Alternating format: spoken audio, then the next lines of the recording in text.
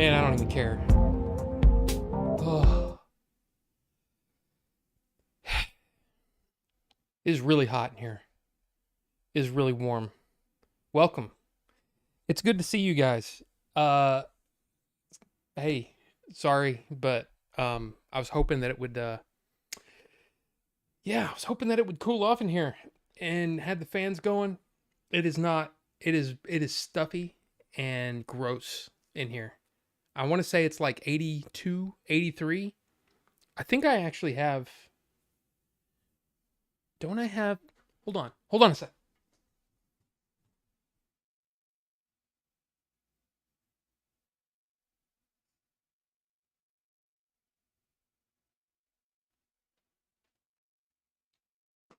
An instant read thermometer should work, right?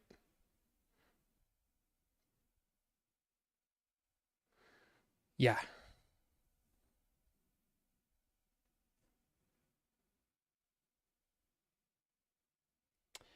Yeah, that's and it's getting warmer. 84. That's hot. Um so yeah, welcome to the stream. It's order 42 and crack open the window. You're insane. You're insane, Shozama. Look, I know since you live in El Paso, you're some kind of freaking lizard, but I'm not used to that. Okay? I'm a city boy and I'm not used to that kind of heat. So tank top helps. Well, you know what? I don't own tank tops because I'm not. I'm just. I was gonna say some bad stuff. Look, it's already late. You know, it feels late, so things might get a little nuts tonight. You know. Now, I'm not saying I'm taking off any clothes. Okay, so if you're waiting for that, well, sorry, it's not gonna happen. But look, it's good to see you guys. It's good to see you guys. Of course, Ninjinzu was first. I mean, what are you gonna do? Welcome. Welcome to Ninjinzu. Ricky, Derned AC, you know, it's still, let me see. Cuz usually, like I said, the last few days it's come on around 9 p.m., but no, it's that's what it was on when it went off. System offline. And it'll just kick on. Hopefully it'll kick on in the next few minutes and then it'll start cooling down in here. But hey, let's see. A gangsta rap group from the Game Chasers. I'm not sure if that's I don't know if I'd be any good at that, but you know. Yeah. $1,200 between the three Super Mario 7. Wait, they're using way too much money to spend for bad audio. What will the group be called? I'm not sure what the group will be called. Alley Cat Blues? And look, it's hot because it's hot. It's not because of me. I'm not that hot. Okay? I'm just not.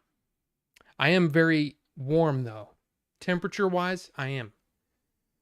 But yeah. But no. Clothes are staying on. Okay? I draw a line. I'm not that kind of streamer.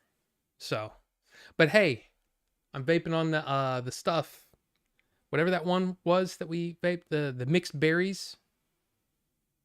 Oh, and my Mac just kicked on, so the fan kicked on because it is warm. We might actually have a problem just because of the warmth. Because this PC does tend to get a little warm. I say PC, iMac, you know. And look, there's no news. Everybody right now is just talking about, they're either talking about how bad Trap is, the new M. Night Shyamalan movie, how bad that movie is, or Deadpool and Wolverine stuff. And of course, I still feel like, is it too early for spoilers? Or too, you know, I still feel like it's, I mean, Ryan Reynolds has been dropping crap all over his Twitter and everything. I mean, if you want to see the spoilers, they're all out there. But yeah. What are y'all talking about? What are you talking about, Neil? Why are you talking about that? Rufus? What are you talking about? What are you talking about? Uh, yeah, the AC. I mean, it's look, they're coming out tomorrow. Um, so hopefully they can fix it. And also tomorrow, I will be getting the Jaws Lego set. Will be here tomorrow. Now, of course, you guys saw I finished Rivendell. Rivendell looks amazing. It's seriously one of my favorite sets I've ever built, and it's partially just because, man, it's so unique. There's trees and the tiles on the roof and everything like that. It was just a super fun build because you never really knew what you were going to build next. I mean, yeah, you can look ahead and whatever, but you know what I mean? It's like with with an AT-AT, for example, or an AT-AT if you're nasty. Like with that, you know what you're gonna get. You know what you're into. Okay. Okay. So now we're building the four legs. So for the next, I don't know, 20 bags, we're gonna be building legs. And then okay, we build this part. Then we build the head. You know what I mean? It's very, where things are going. With Rivendell, I was building all kinds of stuff. I was like, I don't even know what I'm building. And then it just started working, and everything started coming together, and I'm like, man, this is awesome. So probably, I don't know if it's my favorite set, because look, the Star Destroyer, super impressive. I'm looking at it because the door's open, because that door's closed because there's stuff in the way. That door is open to try to get some airflow. You know what I mean? Airflow. But yeah, the Star Destroyer is cool, but man, it is such a repetitive build. It's so repetitive. And so many of the ships are repetitive.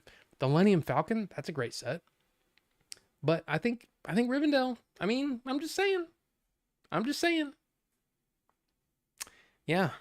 But no, hopefully they'll come out tomorrow. They'll fix the AC and everything will be fine. Everything will be fine.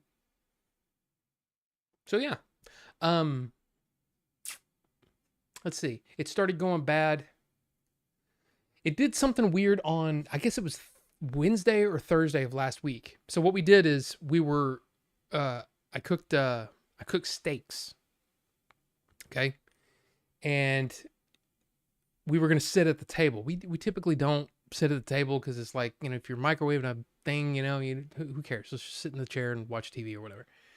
But if we're cooking something, we're going to sit at the table, right? So we turn off the AC because the AC blows directly down onto the table, makes everything cold, right? So we turn off the AC for a minute so we could eat, and not have it get all whatever.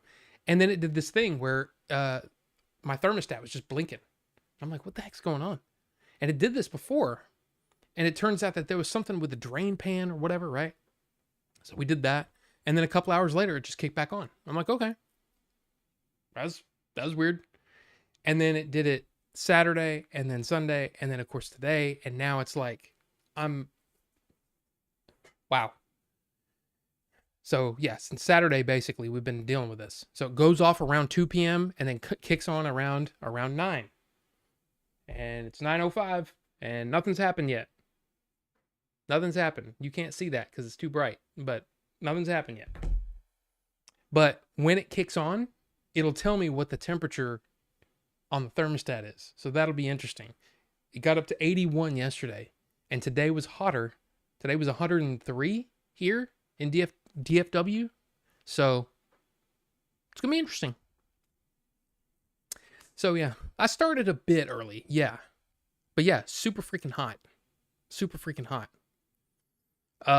Let's see. Also, good day, Bucho, welcome. Ricky, of course, Carbonite, Shozama. I think I've said hi to most of you. Let's see. Who else we got? Wraith is here. Good to see you. Good to see you, Wraith. And we'll see. We'll see about the whole, what do you call it? The alien popcorn bucket. I don't know. Number one, I don't know how much they are. Number two, I don't know if they have a limit. Like, is it one per person? Is it one per group? I don't know. But we'll see. We'll see what happens. I honestly don't care about the alien head, just because it looks cheap, if that makes sense. I don't know. That's just me. That's just me though. I mean, let's see. Let's see. Oops. Yeah, it just looks. It looks. It to me, it looks kind of goofy. But this is supposedly at Cinemark, which I'm seeing it at AMC. So I don't know. That's an Regal. I don't have a Regal around me. Um, but like I don't know. Look at that. Looks goofy. I don't know. Are they already selling them? Because if that's the case, I could just go in and look at it. I don't know. There's a Garfield Movie News Twitter account. Okay. But yeah, they're already going for some dollars. I don't know. See, look at oops. That's not what I meant to do. Look at I don't know, it just looks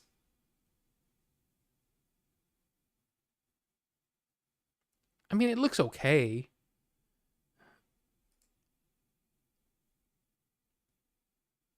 I don't know. I don't know. What do you guys think? Do you think I should buy one of those? I don't know. I don't know. Do I have an overhead fan? I do. It is blowing down. It is blowing down. Mac is still a PC, personal computer. I mean, yeah. But, it's not like I don't know, it's not quite the same. Uh Hold on a second.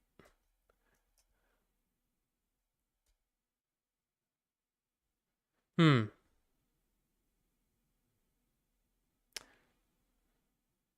Well, that's unfortunate.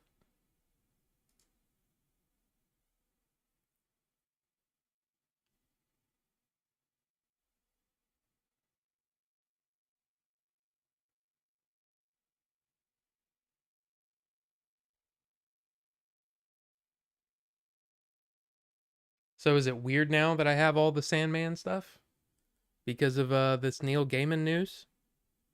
That's not the kind of news I like talking about. You know what I mean? God, what a bummer. What a bummer.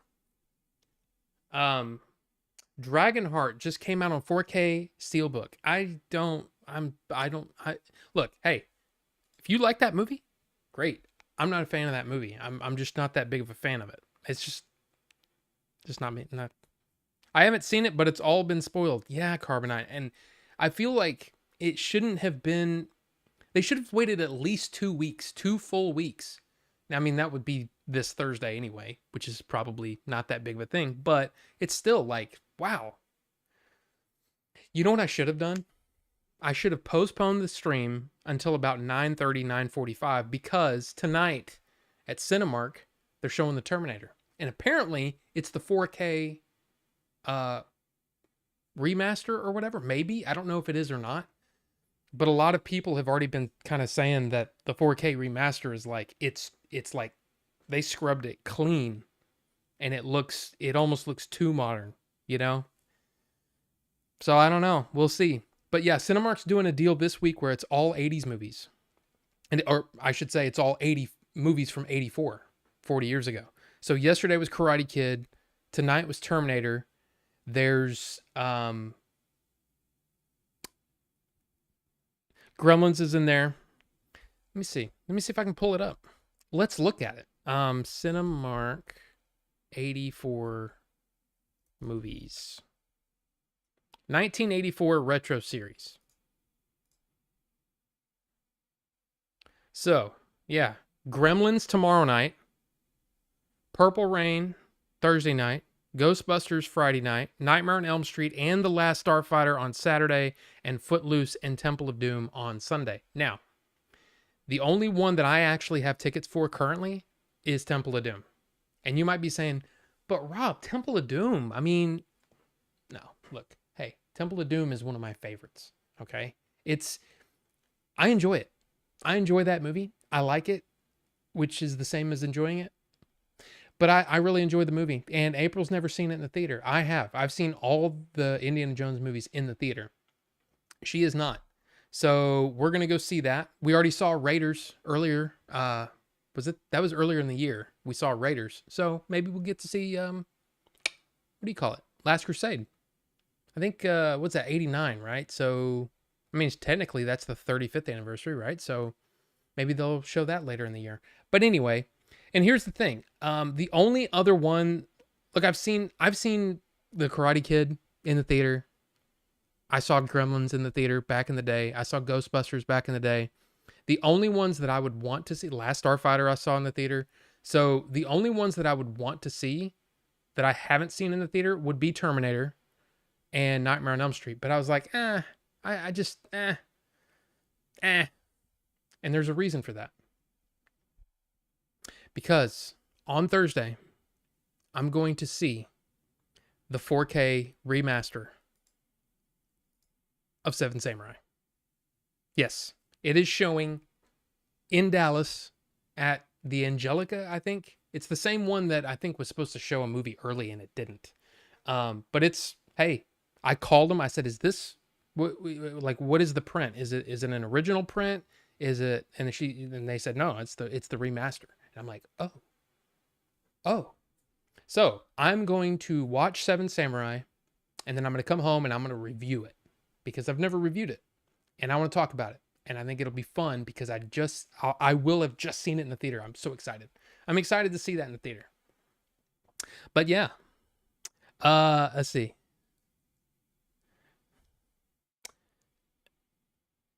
Alien Romulus advertising sure is something. I mean, they're definitely going above and beyond. I mean, all that stuff I saw in New York, I saw it a couple of days ago before you'd posted it.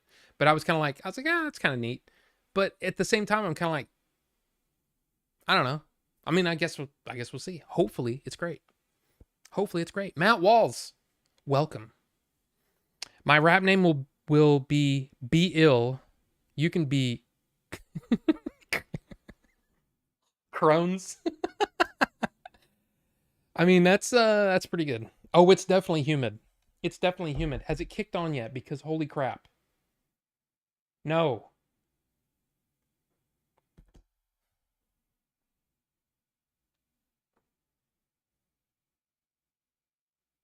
So apparently it's settled at almost 87 degrees in here. So yeah, you tell me.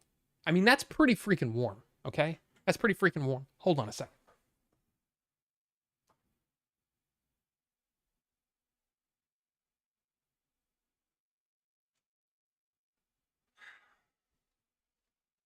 There must be something it must be a thing where it's like, I don't know, like it's overheated or something. There's something that's wrong, and it's based on the heat outside because today was the hottest day. So of course it means it's not going to turn on yet.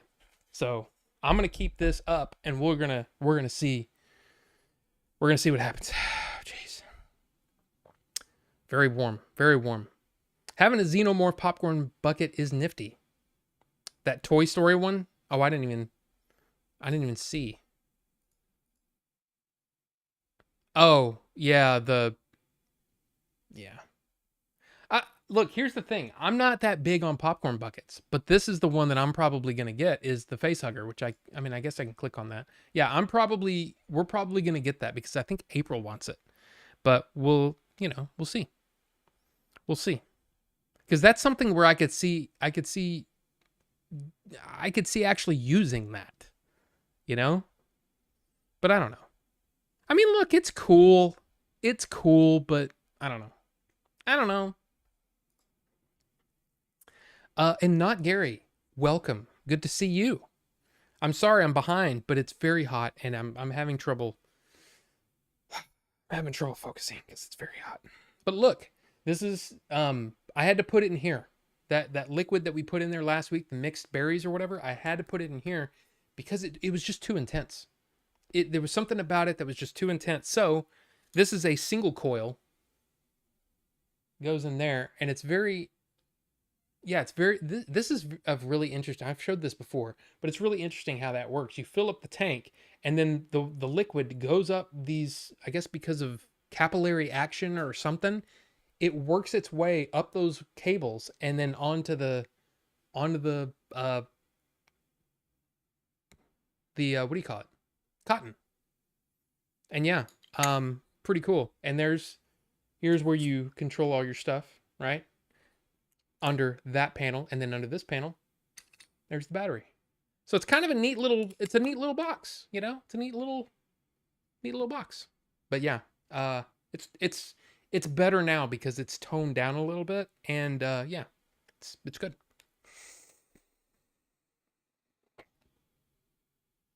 And it never goes dry. It's amazing. That was a long draw. Let's see.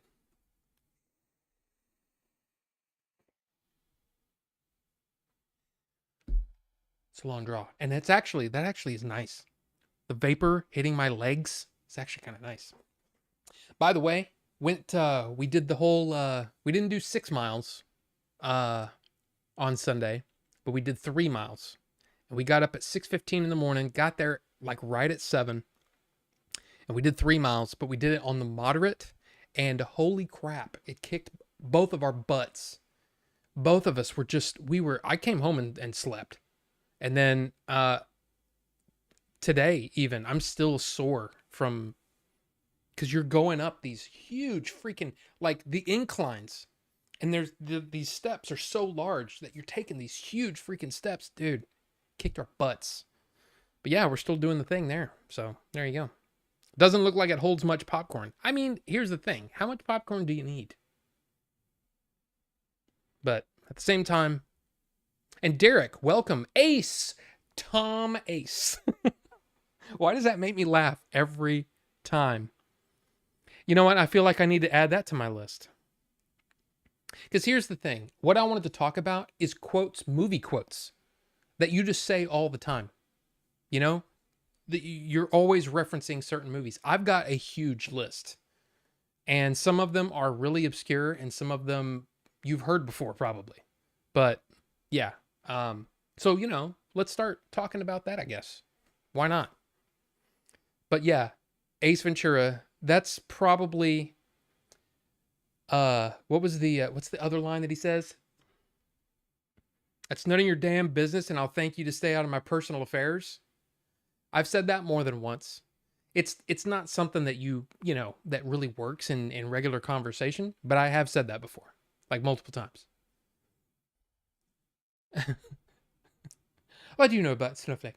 Do you know him? Does he call you at home? Man, dude, come on. Ace Ventura is freaking great, okay? Alrighty then. I mean, just come on, it's great. It's great. I need to buy those movies. The popcorn bucket thing is strange, right, Rufus? I mean, I think it is too. It's definitely it's another money maker for the studio, but it seems really strange that everybody's sort of bought into this popcorn bucket craze. But I'm kind of cool with it. I mean, I don't care about popcorn that much anymore since it tried to kill me. But other than that, it's pretty cool. Pretty cool. I wouldn't buy it, but I'm not as huge a fan of Alien as you are. I'm a pretty, yeah. I mean, I do love my aliens. I do. I love them a lot. But I honestly don't need any of them. I don't think. But I don't know. It'll all depend on how it looks, because that's how I go. That's how I roll. It has to look good. Like everybody's like, well, why aren't you into the Funko Pops? It's because they look dumb to me. They look bad. I don't like the way it's one design with a different skin on it for all of them. And some people are into that. And some people are like, I got to collect everything that has to do with this thing, whether it's a band or a movie or a TV show or whatever, right? And they're like, oh, I'm collecting all the Ghoulies stuff. Do they have Ghoulies Funko Pops? I don't know why I came up with Ghoulies. It's not like there's a whole lot of Ghoulies merchandise out there. But all I'm trying to say is there are some people that are just like Dave in Back to the Future and Ghostbusters. Like, I don't know. Does he collect all the Funko? I don't know. But like me, I'm very selective about what I choose to get into. And, the alien stuff is cool, but I don't really... It's more about, like, I love Ridley, There's Blade Runner and Alien sitting right there, so... Anyway... Separate the art from the artist. Artists, humans suck. Yeah, I mean, it's kind of like, dude, I still love Ren and Stimpy, and that dude, wow, you know. As per Film Threats, Chris Gore, I think, Marvel's Kevin Feige fired. How does he know that? How does he know that? Shozama, he doesn't know that. Now he could fire somebody for something just not plain not working. But it's just like, look, I know I quote Robert Meyer Burnett all the time, but he said something really, really smart when it comes to that whole thing. He said, never put your agenda above your storytelling. And that's absolutely 100% true. And if you're going to put in something where you're saying, okay, we're going to put in this element of whatever, right? And we want to shine a light on this, which is fine. If you're going to do that, though, make it freaking awesome. Make it so good that would be ridiculous to even try to criticize it. And the problem is, every time they've tried to do that, they've tried to force this in, it's in a very lackluster, mediocre product. So there you go. There you go. Best year ever. No Revenge of the Nerds. Yeah, there are definitely some movies missing from that 84 thing, but look, I love Temple of Doom. We're going to go see it. We might go see Ghostbusters. We're not going to go see Gremlins because my wife has something to do tomorrow night, and she's also going to have my car because guess what? April's car is on the fritz. So it's like all this stuff is happening, and it's all going to be really expensive. So, and it kind of sucks because I'm out of liquids. And I want to buy more. And I don't have any more money. I've basically blown through all of August because of the last crazy buys that I've gotten. Look, don't worry. The Jaws Lego is safe. That comes out of our money because it's something we both do. But all my Blu-rays and all that stuff, yeah, I missed out on the second drop of Chinatown because I didn't have the money. But that didn't stop me from pre-ordering something else. Well, actually, two things. But anyway. Yeah. Too many theater trips for me, but that's the other thing. At Cinemark, they're only $5. The tickets for the 1984 thing, they're all $5. So that's pretty awesome. You know? That's pretty sweet.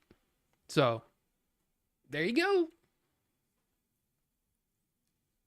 That's a long-ass theater visit. Ricky, I know it. I know it. The Seven Samurai is going to be long, but dude, I'm so pumped to see the 4K. You know, I want to see the restoration and I want to see how great it looks. And that's one of the ones I pre-ordered. I pre-ordered the BFI. The BFI Seven Samurai. I had to have it. And even if where is it at? Bam, images. Where's it at? There it is. That's what it looks like. So of course, comes in the case. It comes with, I'm guessing that's a two-sided poster. Of course, the movie in 4K, 2 discs, 4K and a Blu-ray. Comes with a book and art cards.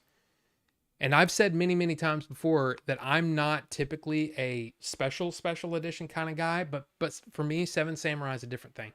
It's a different beast. Seven Samurai is what got me into Kurosawa, and I have to have it. Now here's the thing. The BFI is a British company, right? British Film Institute. So there's a good chance, better than, I would say, a pretty like Criterion's going to announce Seven Samurai in 4K. They're going to release it on the Criterion Collection, and I'll probably buy that too. So, yeah. But there you go. Bro, I'm not even 40 and feel old AF now. I know. It's crazy. Where's that metal stick part go? How's it going, Bonobo Juice?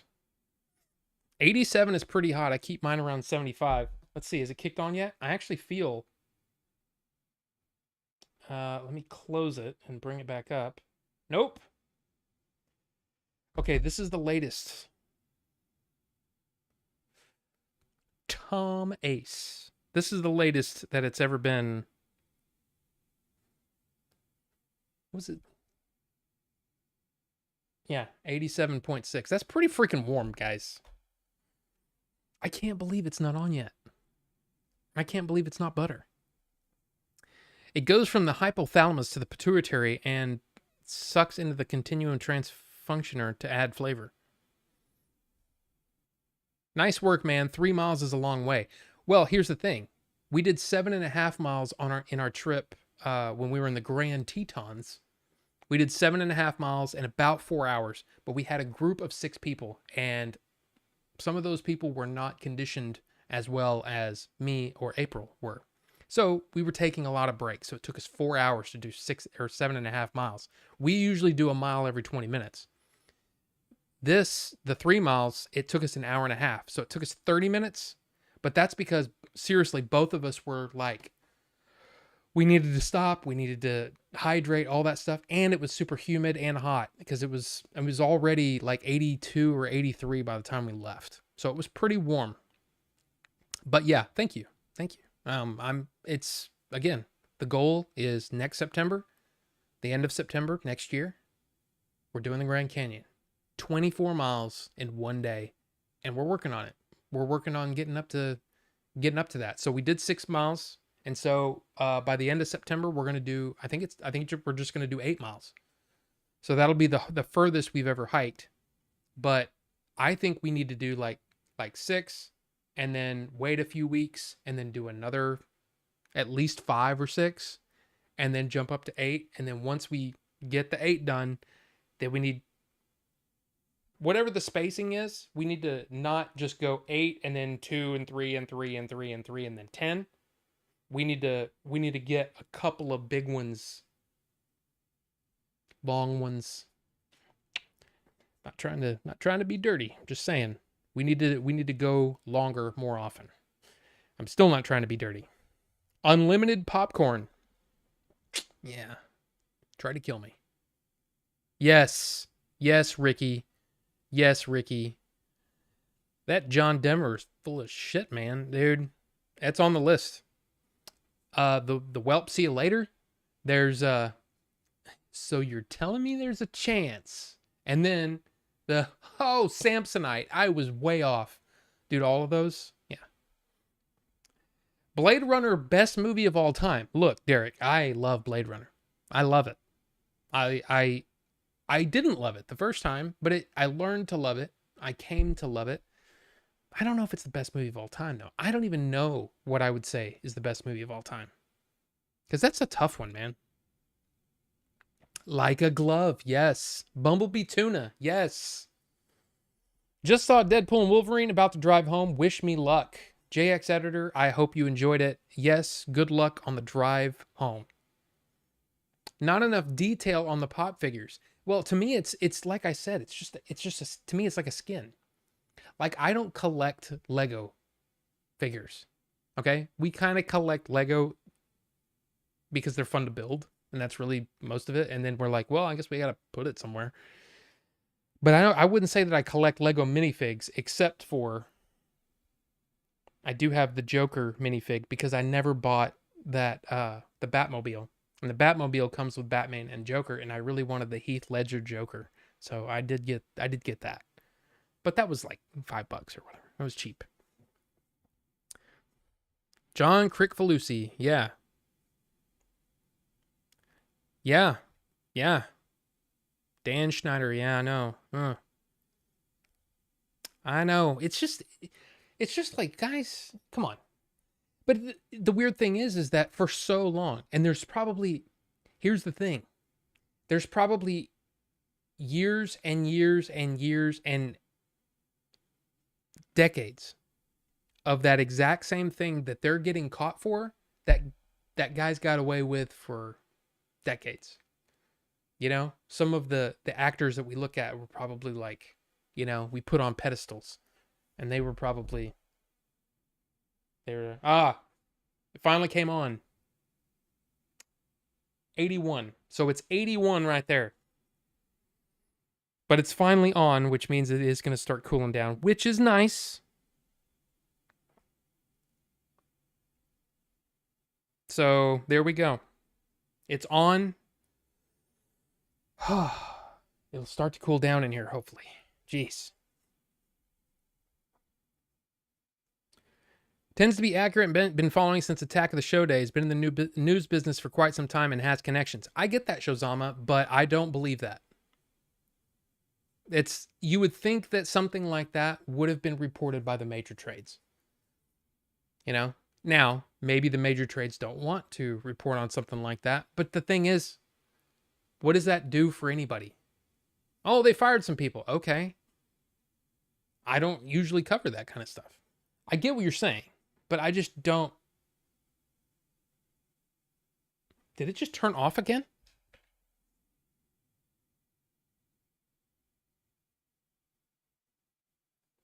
Hold on a second. I'm going to go check on it. Hold on.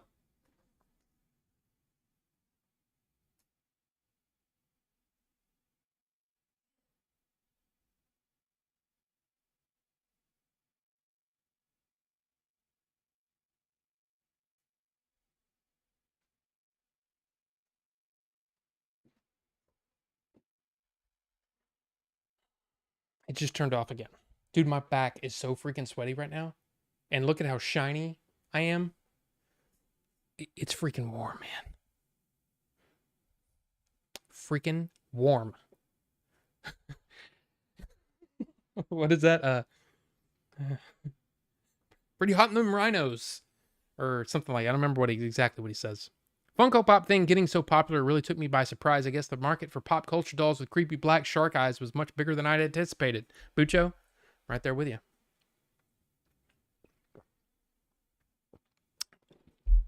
Right there with you. What do you post a link to what? To the BFI thing?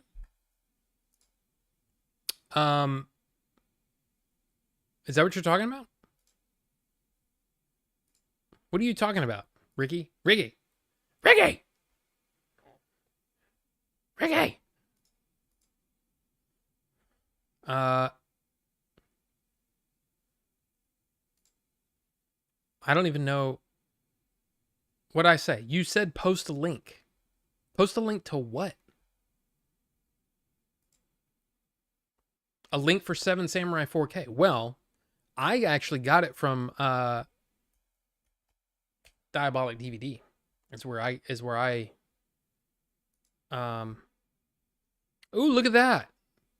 Hamlet on Blu-ray. I already have that in. Am I missing it? Where? Okay. Oh, that's latest releases. Where are the pre-orders? Pre-orders. Long legs. Everybody's up in all about the long legs. A lot of people enjoying that movie.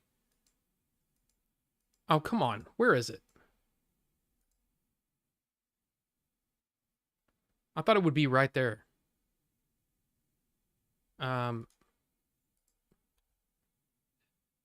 Drag Me to Hell in 4K. But there it is. $35.99.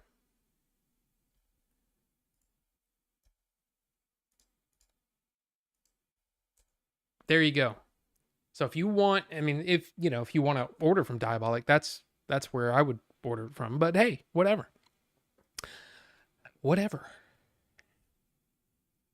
I just prefer them on sharks. Yes. I get that, Bucho. I get that. Dumb and Dumber is my most quoted movie ever. Yeah. What it says, it improves the quality of films in Phase 5. I mean, you're right. You're right. It probably will. But again, the thing is I don't even mind having a message, but don't put that ahead of your storytelling. It's like there are certain movies that, you learn something, you get something from it, but you get it through the storytelling. You don't just have it preached to you. And I think that's what a lot of, the thing is it's Marvel and Star Wars that's been doing that. It's back on. Hopefully it'll stay on. Please stay on. Please stay on. Please. Robert, Rachel, welcome. Both of you. Good to see you guys. Good to see you. Uh, don't you look nasty and sweaty? I feel nasty and sweaty. I really do. I really feel it. And I'm even more like I just want to sit back, because wow, it is warm. Let's see.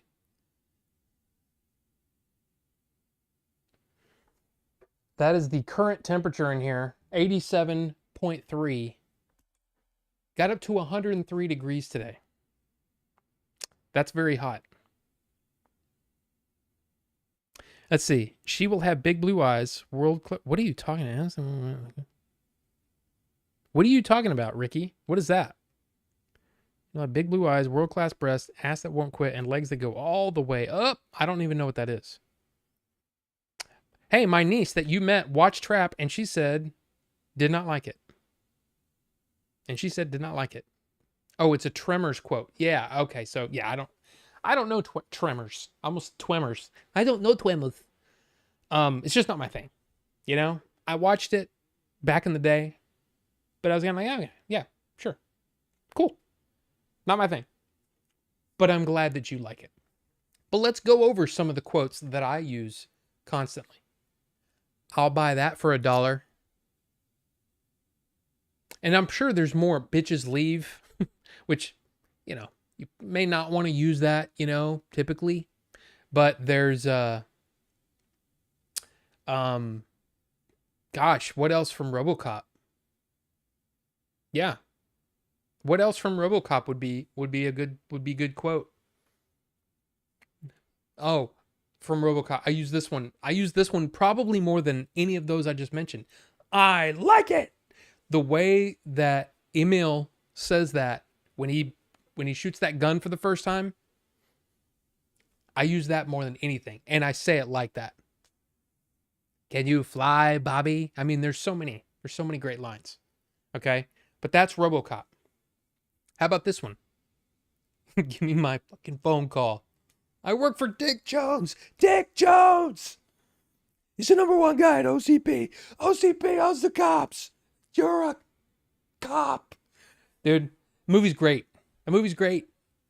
I mean, why would I say I work for Dick Jones like a normal? See, that's really what it is. It's not just what do you quote all the time, but what do you quote in normal situations all the time? Like what like all of these, but I like it. I say that all the time. Like if I like something, I like it. But another one, it's real easy. 2 weeks. Right? I use that all the time. I can't really think of a lot of other quotes from that movie that I say more than 2 weeks. 2 weeks. the way she shakes. Ah, ah, ah. But yeah. Fire it up. Oh, okay. Okay, that's one. Okay, The Crow is not one that I had on there. But that's a good one. That's a good one, Carbonite. That's a good one. Fire it up. Fire it up.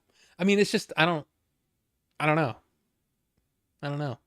But here's one that I didn't realize. I didn't think about it until I don't remember where I saw something about this movie and went, "Oh yeah, I say hold on to your butts." I say that a lot. I quote family. Okay, well, there you go. Yeah, Carbonite, exactly. Well, your mother must be damn proud of you. Yeah. But yeah, hold on to your butts and must go faster. Must go faster. Now, what other movie did Jeff Goldblum say must go faster? See, this is easy, right? I mean, if you've seen these movies, it's very easy. But he said it in Jurassic Park. I thought it was hilarious when he said it in Jurassic Park. Then he said it in Independence Day. Maybe I should have waited. Maybe I should have quizzed you on these. Okay? But yeah, Dumb and Dumber is onions make you fart big time. Yeah, but see, like, how many times do you say that when somebody orders something with onions? Order onion rings or something? Onions make you fart big time. Can't rain all the time. See, I mean, it's just Crow has a ton of lines, great lines, you know? But, oh yeah, there you go. Hello, boys. I'm back. So yeah, there's Jurassic Park. This one, I'm ashamed that I shouldn't say that. I'm not ashamed. It's a good movie. It's a great movie. It's a really good movie. But it's something that I say, if the word comes up, I'm gonna say it. Forever. Forever. Come on. Come on now. Come on. Yes. Bloodsport, huh? Bloodsport. I don't see Bloodsport is not for me. I mean, hey, I don't even know what that means, what you're saying. Because I've seen Bloodsport one time and was like, I don't I get look, I get it. I get it. I should like Jean-Claude. I don't. In fact, I've never seen a movie with Jean-Claude Van Damme and was like, man, he's cool. I always think he's cheesy. He's just cheesy to me. I know. But it's just the way it is for me. This one. So we did the forever, right? Everybody knows that, right? This one, I would say I wouldn't say it as soon as the movie came out. Basically, as soon as the movie came out. This happened every single time. When I hear the words, the greater good, every time. Like pretty much, like, it doesn't matter. I say it. Right? You know that one, don't you? Maybe? Yes. Yes, Carbonite. Yes. Now, you remember everybody got the forever, right? Yeah. Probably. Most likely. But this one, there's three basic lines. Game over, man. Yes, Aliens has a bunch of good ones. I don't know if you've been paying attention to current events, but we just got our asses kicked, pal. Dude, Bill Paxton. It's weird how, like, I didn't it's such a sad thing. I didn't appreciate Bill Paxton enough when he was here. You know? He was just he was so good. He was so good. I just, yeah. He was great. One of the great character actors, and did some pretty big starring role things himself too. But man, what a great. And of course, Twister, right? With Bill Paxton. I already told you about, or I think I put it in my review. The Jonas, son of a bitch. I don't know how many times I've said that. Or, you stole my design, you son of a bitch. Dude, I've said that so many times in my life. Who would win in a real fight? Bruce Lee in his prime versus Bloodsport era JCVD. I mean, come on.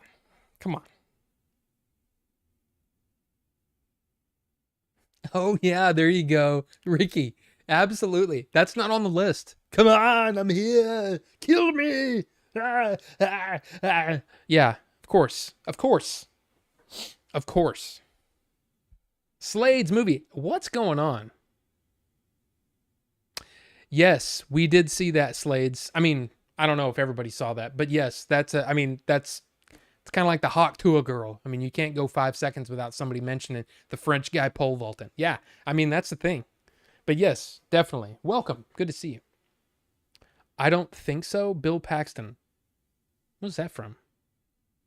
I know. Sports talk. Yuck. Ugh. Honestly, here's the thing. I would love to be watching the Olympics right now, but I have no real way of watching it. So, I don't. It's kind of like if it's not available to me, I just don't care. So, and you know, I've seen plenty of the memes and things, and people getting mad over things that don't make sense and all that stuff. But yeah, that John Denver's full of shit, man. Okay, the next one is when anybody repeats something back to me, and it's like not 100% because maybe I was talking too fast. I go, that's what I said. I say booby traps. I mean, that whole thing, right? Goonies. Okay, I gave that one away. But there's other ones. The other one in Goonies that I say all the time, is Stay to the Right. So pretty much every time the maps says, stay to the right or whatever, I says, just stay to the right. And I'm screaming it and stuff, right? And then I do hey, Mikey, need to go to the bathroom? All the time. I say those things all the time. But that one's a fairly new one, the Mikey one, just because I like it. Of course, there's the Utah. Give me two. The suck zone.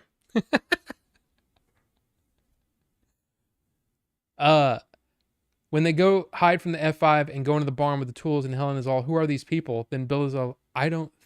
Oh, the way he says, I don't think so.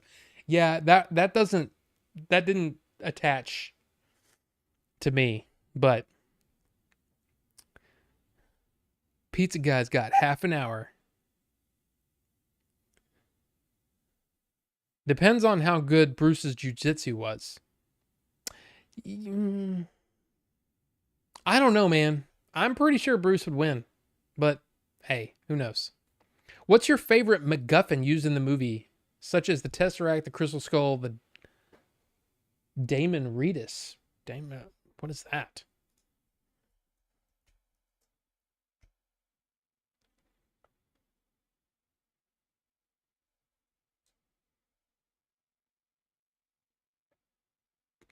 That's from Scooby-Doo? The Damon Reedus is from Scooby-Doo? The fight might be a close one. Yeah, it would be pretty close. The Allspark? What's the favorite MacGuffin? What's your favorite MacGuffin?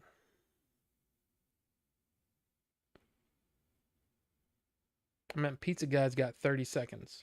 What's that from? I don't remember that one. Oh, Carbonite. I know that one. TMNT. Oh, okay. Well, that's a good one. But no, favorite MacGuffin.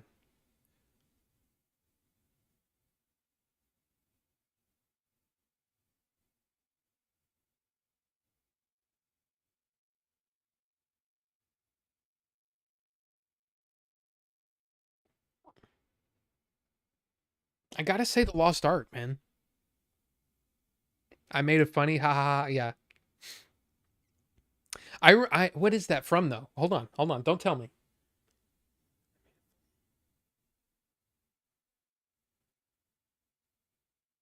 Oh, that's from TMNT. Yeah, of course. I made it. Yeah, that's right. Okay. For a second there, I was thinking it was Short Circuit, and I'm like, man, somebody's bringing out the Short Circuit bits. But I think, yeah, as far as favorite MacGuffin, it's got to be the Lost Ark, because the Lost Ark is awesome.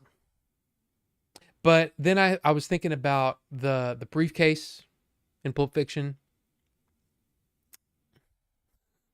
Los Locos kick your ass. I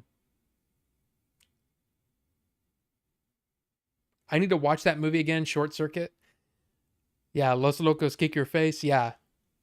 But yeah, Short Circuit is not, to me, that's a movie. Look, it's fine. It's a fine movie, but that one is best left in the 80s. You know what 80s movie I watched the other day? Never seen it before, because it came out in 1987. So I was 11 when this movie came out.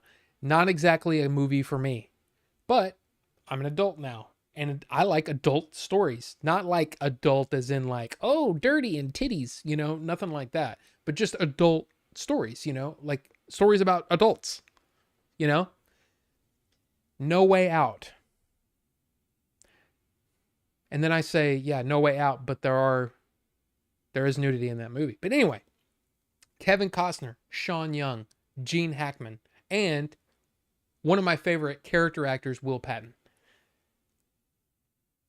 That was an interesting movie. I enjoyed watching the movie. Now, if you've seen the movie, by the way, this is available for free on Tubi, and it's also available on Hoopla if you want to see No Way Out. Basically, what I've been doing is I've been going through Gene Hackman movies. So Gene Hackman movies I've never seen, I'm watching them. And then like, I don't know why Marathon Man came up, but I watched Marathon Man recently from 1976, you know, Dustin Hoffman, Laurence Olivier, Roy Scheider. Roy Scheider is a good one. So I've been watching a lot of, ever since I watched French Connection again, been looking out for Roy Scheider movies. I have to wait to see All That Jazz because that's on our list, our movie list to watch. But I hear All That Jazz is fantastic and Roy Scheider's amazing in it. I haven't seen it yet, but All That Jazz. There's another, I can't remember the other Roy Scheider movie that's on my list, but basically Gene Hackman, dude, Gene Hackman. I don't know what it is about Gene Hackman, but I love Gene Hackman. So I was a little disappointed with No Way Out in the fact that Gene Hackman was definitely a supporting role, but look, hey, I enjoyed it. Zed's dead, baby. Yes. Do you like Constantine? If so, have you seen the TV show? It's really good. Top tier for me. I've read some Constantine comics. I've seen a couple of the movies, the animated films.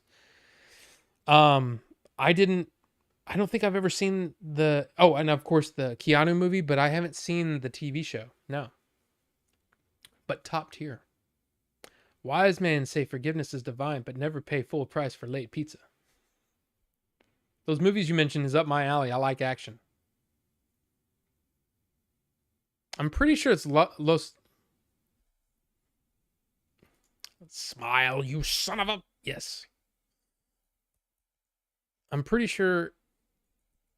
Yeah. Short Circuit 2. Wow. It is Los Locos. Into outer space. Yeah.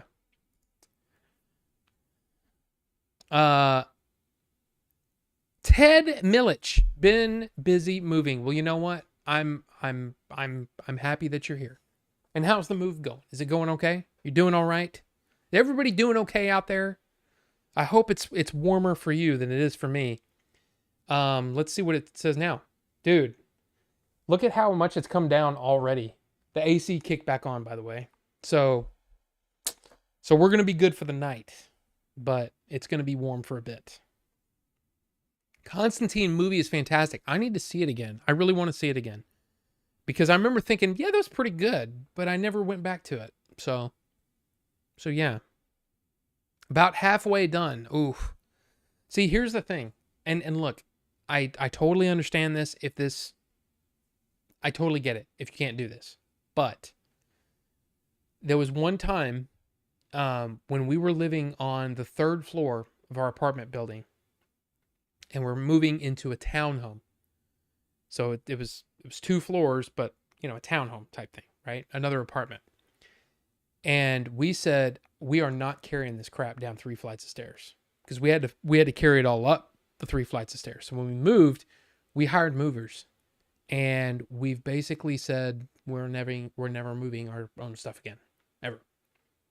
We're packing it up and letting people move it. Now I know it's an extra expense, but holy crap, it saves your back, saves your energy. You actually have energy to do things. It was such a blessing to be able to do that. So when we moved from the townhome, we actually moved from the townhome to April's parents' house. We lived in April's parents' house for 18 months, but we paid off all of our credit cards.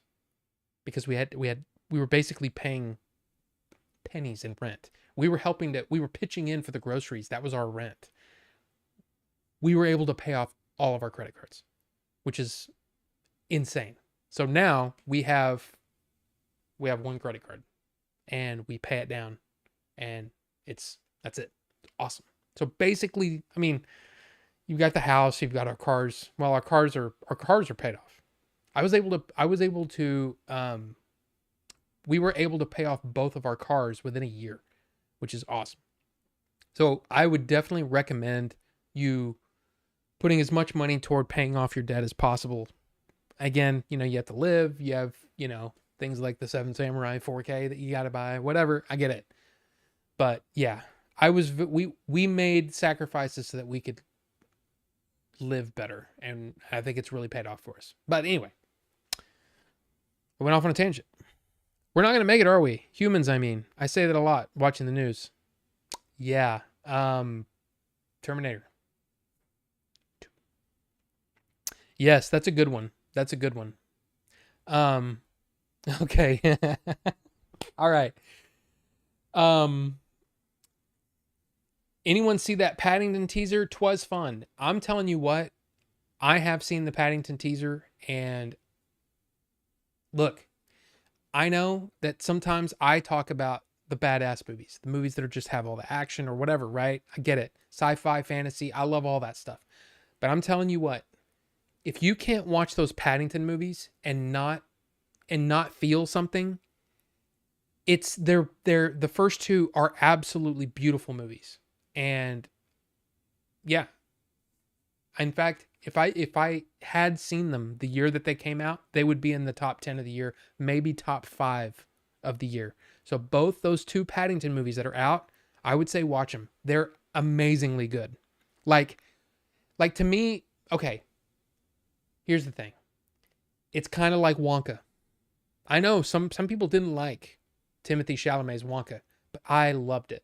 And it had that same feeling of just, it's like, it's the goodness that you wish that was everywhere. I mean, sure, sometimes it's fun to, tell stories about crime lords or, whatever, all that stuff, action stuff, bad people, whatever. But sometimes it's, I don't know. It just, all of those 3 movies have won me over completely. And I love them. I own the first 2 Paddington movies digitally, but I don't own them on like 4K or anything. But those are beautiful movies. They're digitally 4K, but man, they look great. And Wonka is a feast for the eyes. So I had fun watching the Peter Rabbit movies too.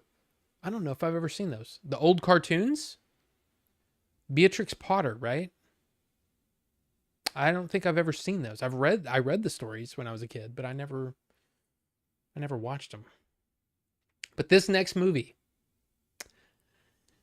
it's on the reflexes. Anybody know that one? You should know that one. Live action CGI ones. I didn't see those. No, I didn't even know. Huh.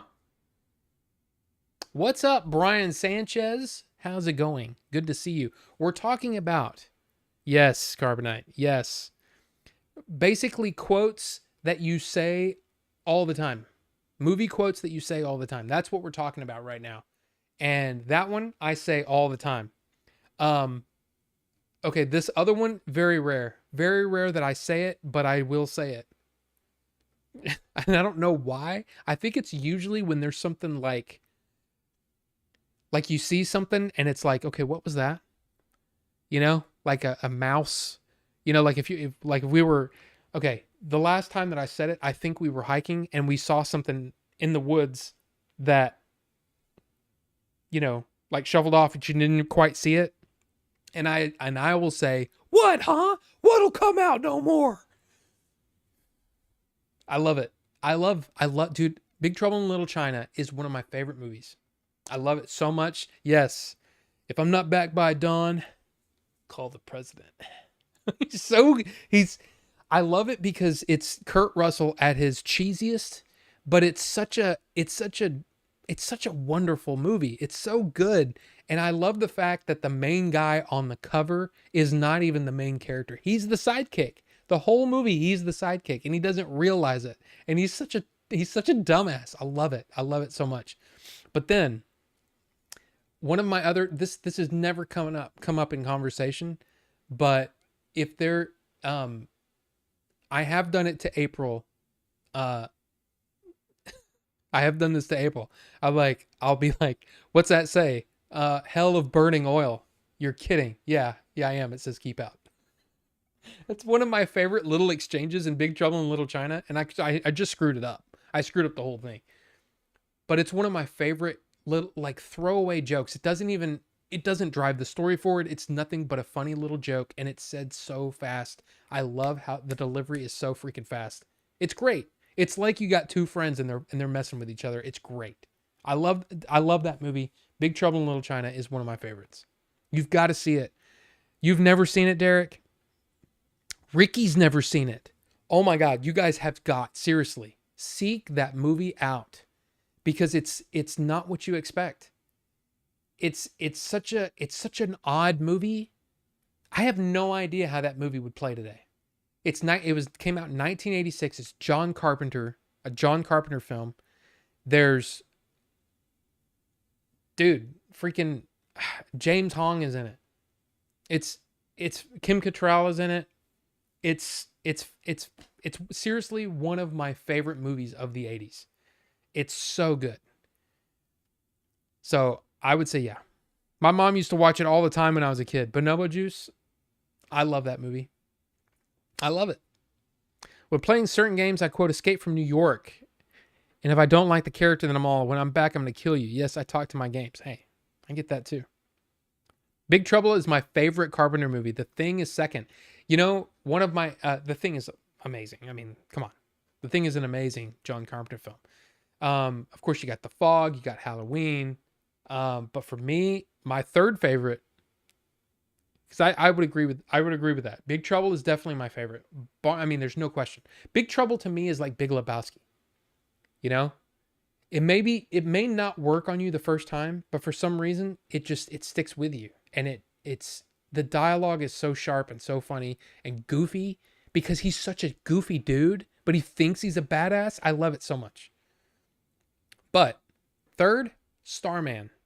I love that movie. I don't care who knows it, and I don't care who makes fun of me for it. I got to go to. I think I showed it. I've showed it to you.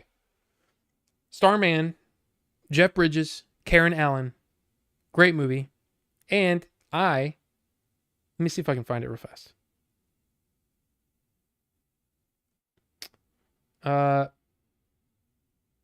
Okay, I'm seeing nachos. That's not. Dude, I don't even know. Let me see if I can do this. If I can do this. And then this. Where is it? Yeah.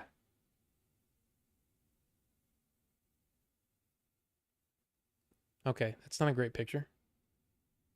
That's probably the best picture that I think I took. The meteor crater at the end of Sandman, I almost said Sandman, Starman. I got to see it. It was awesome. I love that movie. It's great. But anyway, Thing is my all-time favorite sci-fi thriller suspense movie. It's pretty specific. Big Trouble in Little China was such a surprise. It's a crazy fantasy movie that just works. Third favorite is Prince of Darkness. You know what? I don't think I've ever seen that. But the thing about John Carpenter, though, is in a lot of cases, he'll do the soundtrack too. And I love the soundtrack for Big Trouble in Little China. It's great. He's in the big rig doing a monologue of the third person over the CB radio. Let me tell you what Jack Burton would do. Oh, dude. And what does Jack Burton always say at a time like this? I tell him the check's in the mail. It's so, the Pork Chop Express. I almost wore the shirt today. I have the Pork Chop Express t-shirt in there. I also need the Wing Kong Exchange. I need a Wing Kong Exchange shirt too. But yeah. 1984 had to be the greatest year ever. I mean, it's a good one. It's a good one. It's definitely a good one. Now let's see. What else do we... Oh, of course, this is one that I don't say as much anymore because it's kind of, again, the whole thing is kind of, I wouldn't say lost its luster, but I don't say it as often. I used to pick up onion rings and go, look, sir, droids. Anybody? Yeah. Yeah. You know that one. This one. So that one's easy. That's Star Wars, right? Of course. But yeah. Look, sir, droids. I don't know why. I would do it. But this one is one that it doesn't always come up. But how many times Have you been at a restaurant and you're eating, you got your meal finally, and you're hungry now, you got the meal in front of you and you start to eat, and what happens? The waiter or waitress comes over and typically asks you how the meal is while you're stuffing your face. You don't go, blah, blah, blah. Usually your mouth is full, right? So this is the line. Everything except the interruption. That's the line. The whole thing is a guy opens a door, character turns around, and the guy says, hey, is everything satisfactory? And the character says, everything except the interruption. And it's something that I said once to April while we were at a restaurant after the waiter came and asked how everything was. Or is everything good? Is everything good? Everything except the interruption. And she laughed, and we both laughed because we both knew what the movie was from. Does anybody know this movie? It's probably a tough one because it's not one that you would typically even quote. But because for whatever reason that quote came out, because I have a list of things here that are from movies that might be quotable but not very, like, these are some obscure freaking lines, okay? The movie is GoldenEye. Because I don't see anybody got it. It's, oh, look at that. Ricky got it. GoldenEye. The movie is GoldenEye. And it's when she sits down to make contact with Boris, right? I can't believe Ricky got that. Ricky, that's amazing. Because that's not one that you would, and especially because I didn't do any accents. That probably made it a bit more difficult. If you just, that's a great one. But it's really funny to use because if you say that to someone, to the other person, and they go, yeah, how's everything? Yeah. And they walk off and you go, everything except the interruption. It's funny. It's a funny line. But there you go. Not a big Bond guy. Well, Carbonite, it's never too late. It's never too late. I love GoldenEye too. GoldenEye is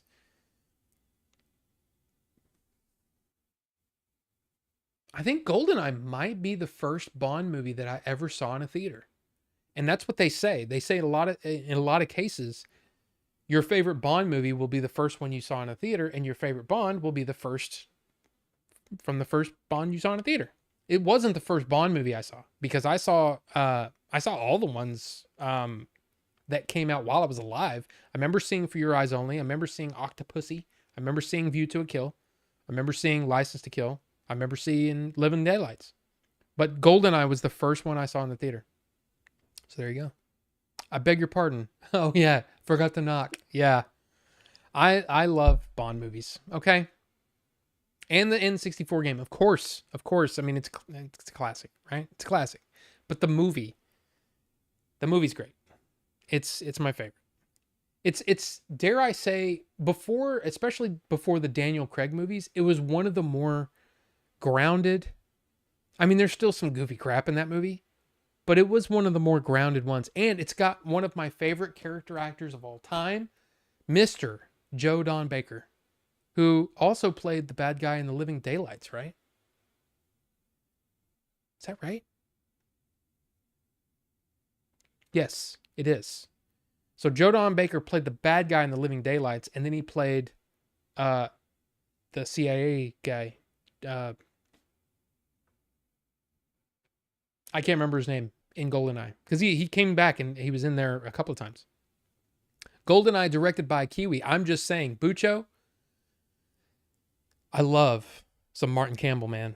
Martin Campbell he's a great director. I love Martin Campbell. So there you go.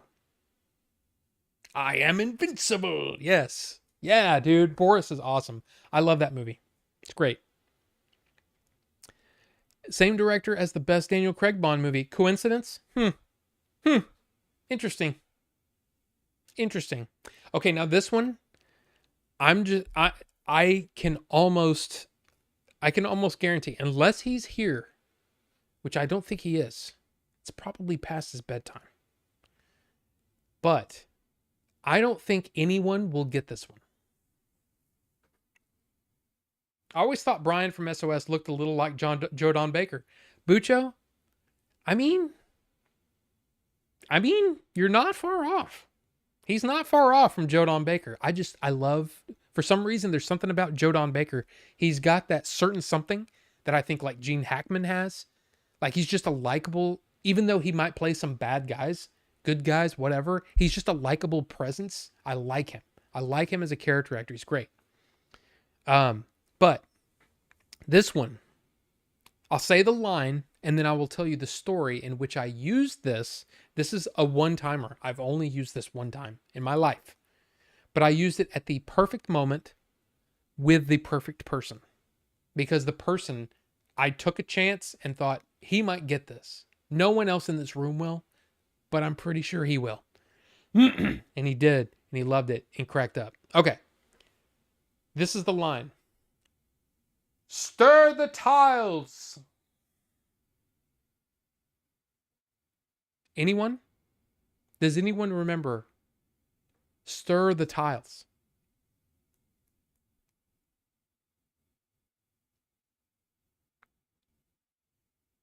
I don't think anybody's going to get this one.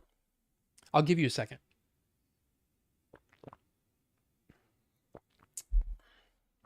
A hint, which this is not really a hint. I own it.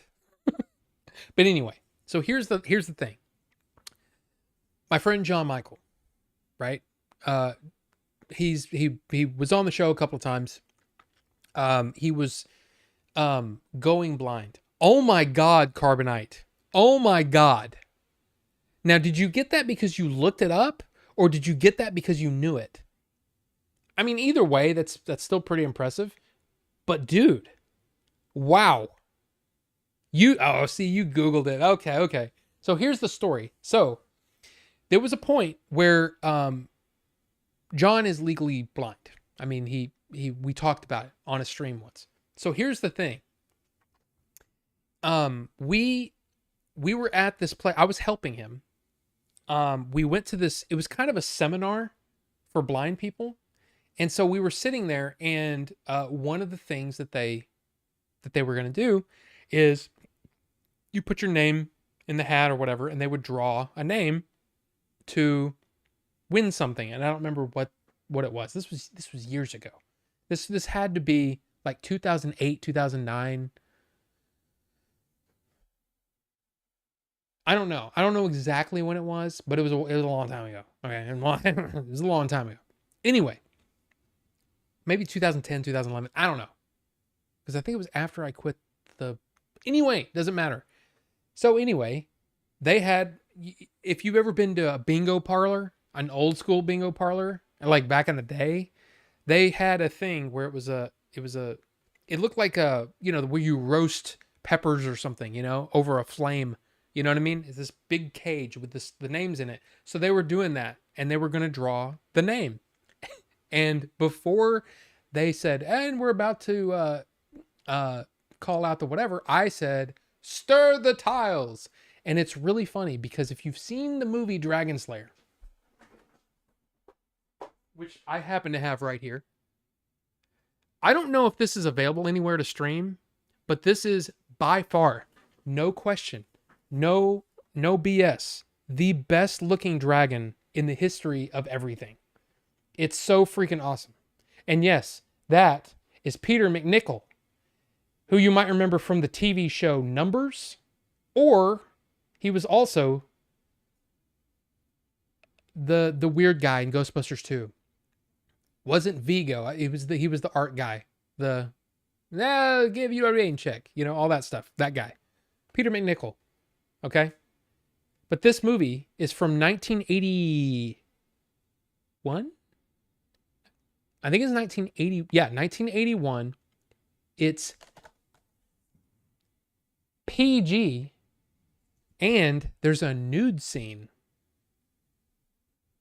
But look, this movie, this is my childhood, man.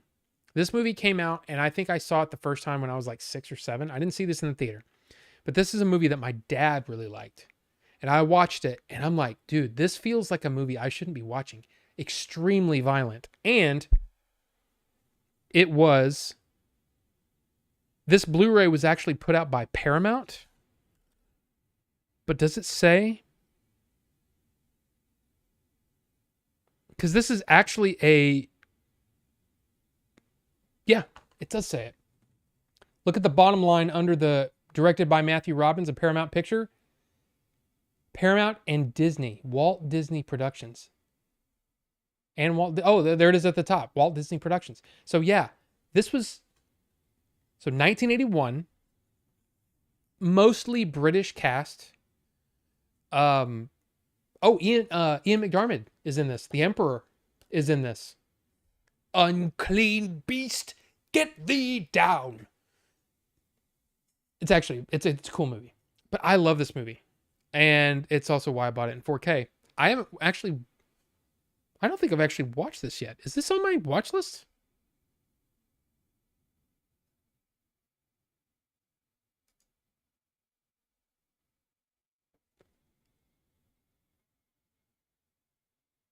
No. Interesting. But like Shozama brought up Dragonheart earlier. This dragon destroys that dragon as far as design. And this was also designed by Chris Wallace, Walas, who also went on to design the Gremlins. So yeah, amazing. The what do you call it? The rotoscoped when the dragon is flying, but it's using puppetry. It's an interesting film. Now this may not play as well as it did back then, but I love this movie. And the dragon is called Vermithrax, which is kind of badass. Just saying. But anyway, Stir the Tiles. That's where that comes from. That was a long story. I'm sorry. The Price is Wrong, bitch. Yeah, exactly. That's a good one. I gotta rewatch Dragon Slayer. Been a while. Dude, fantasy movies, man. I love them.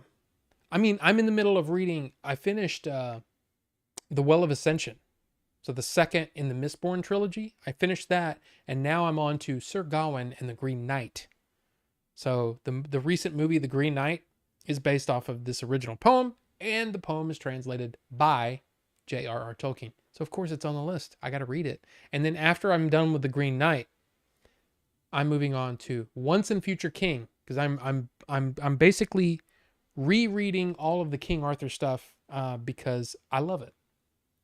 And I'll probably, when I'm done with Once and Future King, I have another King Arthur book that's I showed this off when I first got it, and it's artwork by John Howe, who John Howe did a lot of the Lord of the Rings stuff for the movies.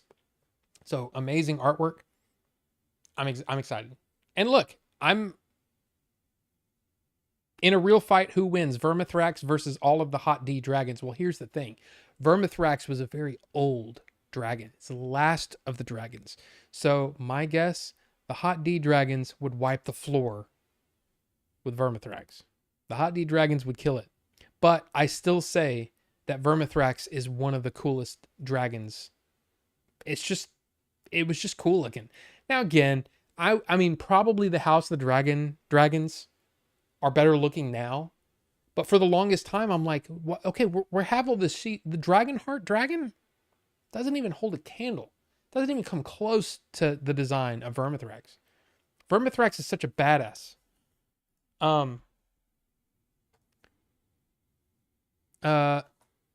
Yeah, just look at that. It's just a cool dragon, man. I love this movie. I love it. I just love it. So there you go. Let's see what else we have. Okay, now I'm surprised no one's brought this. Wait a minute, hold on. Let me get caught up here. When Jacob or Victor get out of the bathroom, Amal, do not go in there.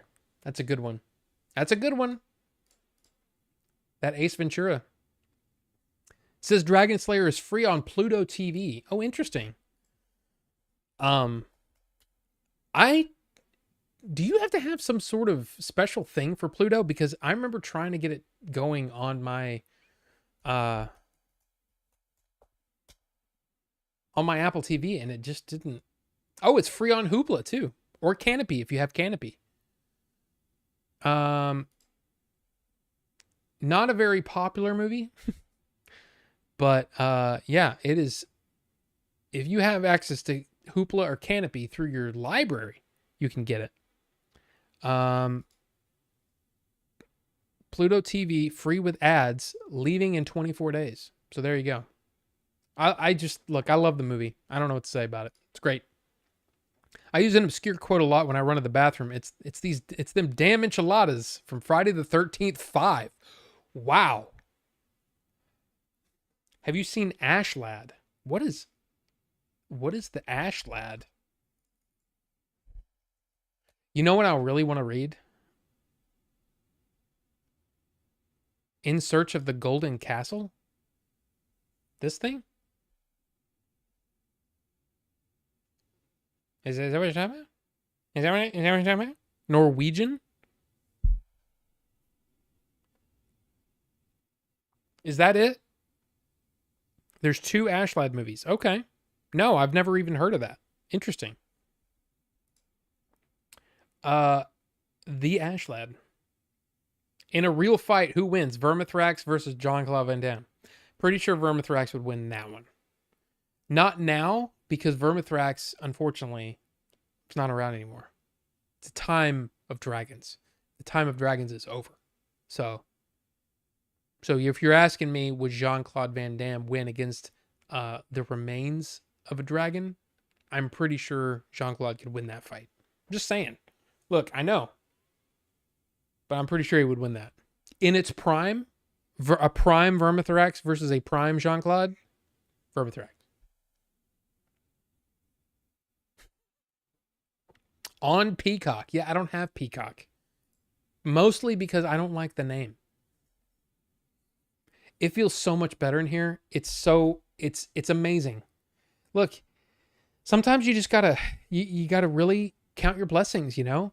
I mean, it's still 83 degrees, but it feels so much better in here. It's feeling great. It's feeling great. Oh. It's times like this that you really, seriously, you need to just, sometimes you just need to sit back and appreciate what you got.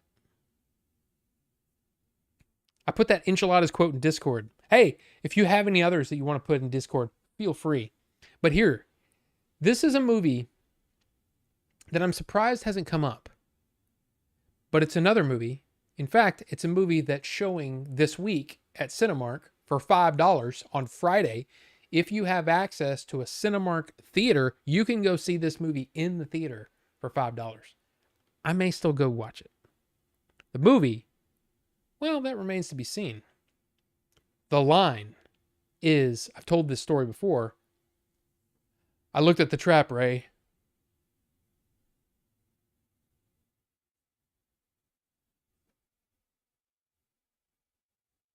Right? Yes. And the story goes like this. I was working, it was my first, I was in training to be I was doing phone repair at Sprint when Sprint was still a thing. Okay. So I'm in training. Managers are sitting across the table from me, and sitting next to me is Michael Garza. Michael, the mortgage man, for those of you who, or Michael, the mortgage guy. Michael, the mortgage guy. For the old switched on days. Okay. So we're sitting there and we're training on these phones, the disassembly of these phones, to repair these phones. Okay. Now, there was we're going through the steps. I looked at the trap, Ray's Top Gun. Absolutely. Absolutely. But we're disassembling everything. And he says, my boss, because Michael tended to, okay, let's get on with it, you know, and he would just start taking things apart. He said, now whatever you do, don't don't has anybody ever done especially like phone or repair on controllers or handhelds, like a Switch or a flip phone or anything like that? You might know this attachment. And what this is, it's a small little bracket that holds a ribbon down, right? So the ribbon goes in, but you put the ribbon in, and then you bring up this latch to basically hold that ribbon in place. And he goes, whatever you do, don't take off the thing holding that ribbon in place. And then Michael said, I looked at the trap, Ray, and I lost my mind because it was the most perfect delivery of that line, but not just perfect delivery, but the perfect placement. The absolute, like all of the, like it was like, it was perfect. It was the perfect usage of that line at the perfect time, perfect delivery, everything like that. I lost my mind. It was hilarious. And the reason, if you want to know, it was because the bracket that held this ribbon in place on this particular phone model was extremely shoddily put together. It was terrible. Okay. And the problem is, as soon as you brought it down, when you tried to bring it back up, it was like a one-use bracket. So what happened is, when he brought it down to disattach the ribbon so he could take the screen part away from the board that's on the bottom part of the flip phone, because these were flip phone days, right? When he did that, that handle broke. And so now he had to go, okay. So what he had to do is he had to go, we had to disassemble another phone so that he could repair that one because of that little, I don't even know what that thing's called. That, I don't even know. I don't even know. But it was on a flip phone. I know the 2DS's, 2DS? 3DS definitely had them. Yeah, the DS's had them. Yeah. So basically it's the same concept. There's a little ribbon that comes down from the screen and it coils around. So it's a flip phone, right? And it coils around, and then that piece attaches to the board using one of those. It's like a clip or whatever, but it's anyway. So there you go. I looked at the trap, Ray. Absolute perfect delivery. Now, it's from Ghostbusters. Because nobody actually, I mean, I'm sure Bucho got that because, he was kidding. But it's from Ghostbusters, right? What other lines from Ghostbusters do you use in everyday conversation? One of the ones that I haven't, it's not one that I use all the time, but it's one that I have used before. He goes, this is a great idea. I'm jazzed to be a part of it. Or that's not quite the line. I'm excited to be part of it. It's basically when there's a bad idea and we all have to do the thing, but it's a terrible idea, it's a perfect place for it. Bustin' makes me feel good. Okay, well, there you go. I mean, especially if you're a fan of the game, Dave, man, they ran that one into the ground. Showzama, always running that one into the ground. Let's show this prehistoric bitch how we do things downtown. Yes. Cats and dogs living together, mass hysteria. Dude, there's great lines. Great lines.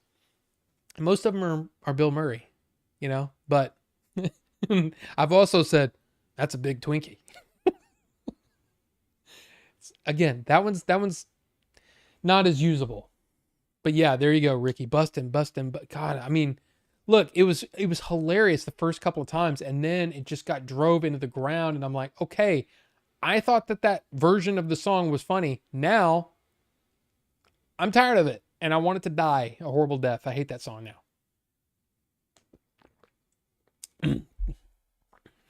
This chick is toast. Yeah.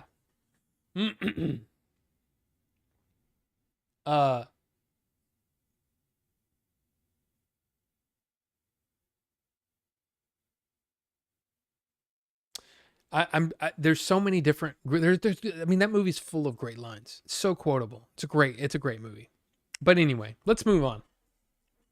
This is another one that hasn't come up, and I'm again surprised that this movie, especially from Well, I won't even say. I'm surprised this one hasn't come up.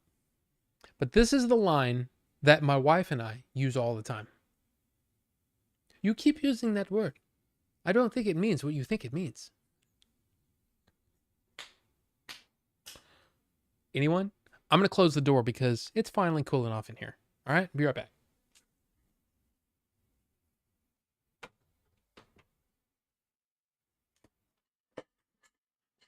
Actually, just give me a second. I'll be right back. Because I think my wife's about to go to bed.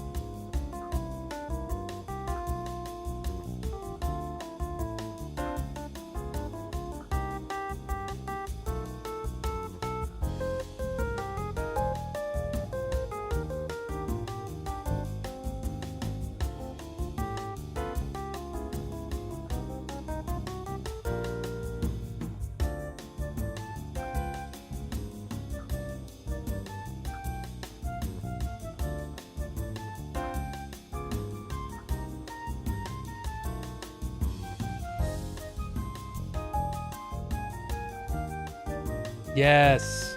Anybody want a peanut? Yeah, a ton of quotes. A ton. But I'm she sleeps above her covers. 4 feet above her covers. She went. What is she snarls, she drools, I can't remember I can't remember that, but yeah, that's a great line. And my freaking chair is stuck on the thing. Dang, you're still up. Starting to look like Al Pacino in Insomnia or Harrison Ford in present day. For real men, don't force yourself to stay up to the point of hurting. Take good care of yourself. Slades, I appreciate that. But I typically stay up till about at least 1 o'clock, 2 o'clock in the morning. So the only reason that I typically don't stream this late is because, number one, we have things to do, and I usually do the 7 to 10 window. But because the AC wasn't working, I started the stream at 9. We'll probably go till around, we'll go until we're done tonight. But yeah. But thank you. I appreciate your appreciate your concern, but man, I'm good. Okay? I'm caffeinated. Not highly caffeinated, but I'm caffeinated enough that I can work through the stream. I've got my water, of course, because it's important to keep that guy off my back. It's all good, man. It's all good. Inconceivable. Hello, lady. Yes. It's not my fault being the biggest and strongest. There's so much good stuff, man. So much good stuff from that movie. But I'm surprised it didn't come up. The other one is, and this was, I don't typically use, that I know of. Have you ever had carbonated water and drop the water flavor powder in it? It makes soda. Here's the thing. I don't like a lot of those. Like April likes the little bottles that you squeeze into the water, and it makes it flavored or whatever. I'm like, I just drink water. I either drink tea or water. Pretty much that's it. Tea and water. I drink 2 glasses of tea a day, and the rest of it's water. But there you go. I don't typically do the any of the soda type stuff. Nah. Water. Poppy soda isn't bad. Very low sugar. Yeah, like every now and then, like if I'm at a restaurant or whatever, I might get a Coke Zero or a Pepsi Zero sugar or whatever, but I don't typically drink soda at all anymore. I say that while I have some cherry Pepsi zero sugar in my refrigerator right now. But there you go. I do not have another 5 hours in me. No way. Because number one, I'm already getting tired because I had to get up early. I'm going to have to get up early tomorrow too because the AC guy's coming and we know we need the AC working. Okay. We need the AC working. What is it now? See, it's already cooled down to 78. You can't see that. There you go. So we're doing okay. Definitely cooler. Mountain Dew has way too much sugar. Pineapple soda guy. You know, I used to love just orange Fanta or orange Crush. But and then I mean I drink Dr. Pepper a lot, okay? Like a lot. And then for a while I was drinking Mountain Dew Code Red like they were going out of style. But that was also when I was 250 pounds or so. So yeah. Next time Rob streams, he's going to have the temp so low we're going to see his breath. Well, typically it's when I start the stream, it's about 73. And then at 9 p.m., because we have it on a schedule, at 9 p.m. it goes down to 69, dudes. So, yeah. Did you order the Code Red? Man, that's a great movie, but I don't find that super quotable. But I would love my AC to be that way without destroying my money. Yes, exactly. Code Red. I agree. I agree. I like it cold, but a lot of times April keeps it too cold. And what I mean is during the summer. I mean during the winter. We'll have it on like 70, 71, the heater, and then at 9 p.m. it will turn off until the morning.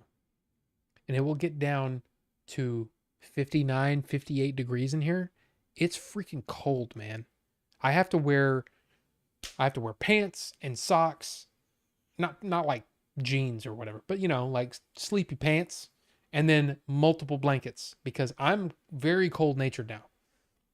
I get cold in strange like at 69 when it gets down to 69, probably around 2:30. When it gets down to 69, I'll have extra covers on. But yeah, she's crazy. You can't buy Grape Crush Zero, but you can make it. Yeah, I'm not interested in soda that much anymore. And it's very rare when I have it, and if it is, it's going to be zero sugar because I don't want that as being a thing that because I know me. And I know once I start drinking them, I just want to keep drinking them. That's why I have them very rarely. I haven't had, I'm trying to think, the last time I had Coke. I had a Diet Coke because they only have that Diet Coke at McDonald's. But I went to McDonald's and got a Diet Coke, and I can't remember when that was. It's like a week and a half ago. It's very rare. Gotta head out. See y'all later. Carbonite, good to see you. Thanks for being here. But this next movie, like I said, not super quotable. And maybe I'm wrong. Maybe I'm not thinking of it. And maybe it's just because I don't see him enough. I don't see this movie enough. But let's just say, again, I mentioned it earlier, and I'm getting a Lego set of it. Yeah. We're going to need a bigger boat. April said that she says that quite a bit. And I guess that's when things are bad. I don't typically say that, but I thought I would add it. So there you go. Again, Carbonite, have a great night, man. I quote Jaws randomly. Yeah. But like, I can't think of a bunch of lines that are super quotable. I mean, I might sing, farewell and adieu to your fair Spanish ladies. Right? Something like that. But I don't quote it. Like, it's not the same. I'm trying to get my cousin into horror movies. Do you have any good recommendations for starter horror movies? We watched It Chapter 1 the other night. I'll tell you, Slades, I'm not a huge horror movie person. It's not that I don't like them, but in general, a lot of horror movies tend to be lower budget, which means that they're, um, I'll just say, they're easier movies to make, which typically means that because they're so easy to make and cheap, you may not have the best directors involved. This isn't always true, okay? There's some amazing horror directors out there, okay? Please don't misunderstand. But a lot of movies, I would say of all the genres, the horror movies, I like the least amount of horror movies, percentage wise, than pretty much any other genre you can think of. And it's not because, oh, I hate horror movies. I just don't like movies that are, that people don't give 110% kind of, which I hate that term because there's no way to give 110%, you know? Oh, I gave it everything I had. I gave it 110%. No, if you gave it everything you had, that's 100%. 110% doesn't make any sense. It's impossible for anyone to give more than they're capable of. So that's bad. Anyway, point is, I'm not the best person. I'm not the best person to ask that. But I would say your limit is completely 100%. Like total. Most of the time, like if somebody actually see, that's what they should ask you when they're doing the what do you call them?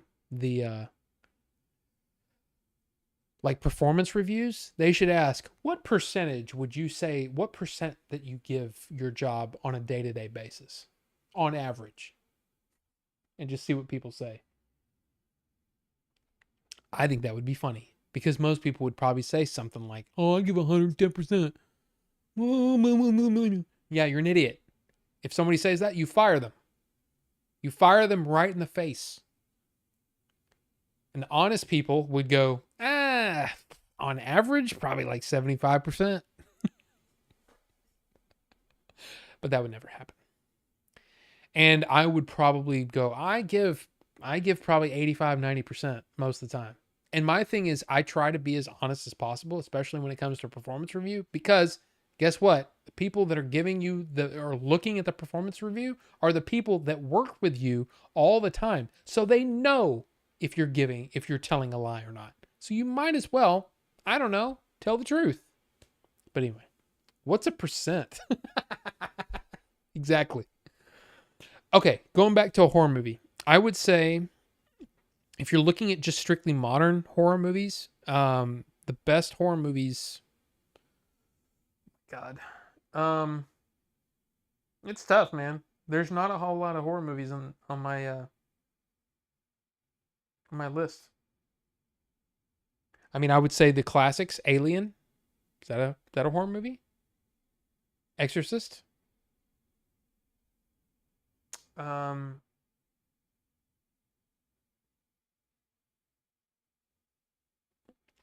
Original Nightmare on Elm Street. Those aren't really modern.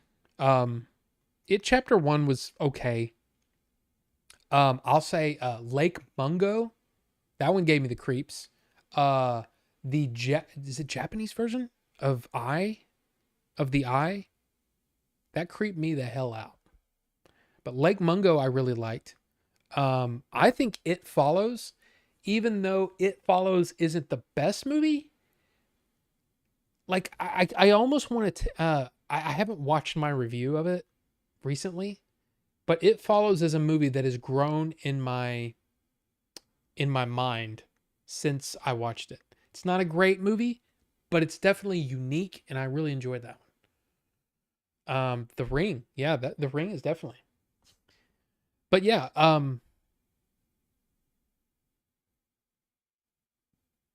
yeah. Again, I don't own a lot of horror movies because I don't find them rewatchable. Most of them.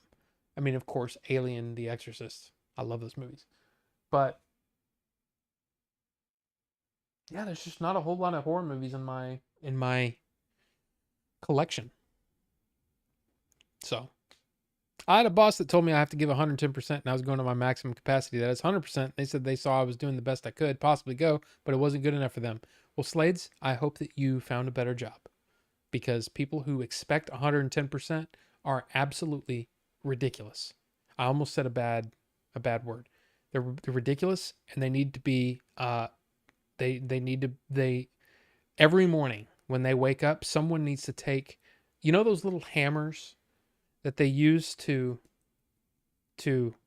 check to see your your your reflex. You know what I'm talking about? Those little hammers, right?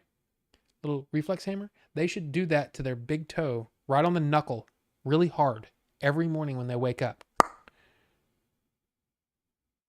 People like that don't deserve to be bosses, because if you don't even understand actual possibilities, like reality, then you need to be, I don't know, thumped. I hope that you stub your toe every morning for the rest of your life. Sweet or unsweet tea? Here's the deal. I don't mind unsweet tea. Sweet tea, like when you order sweet tea at a place, especially in Texas, it's too sweet for me. I don't like it. Don't like it. But I do like it to be a little sweet.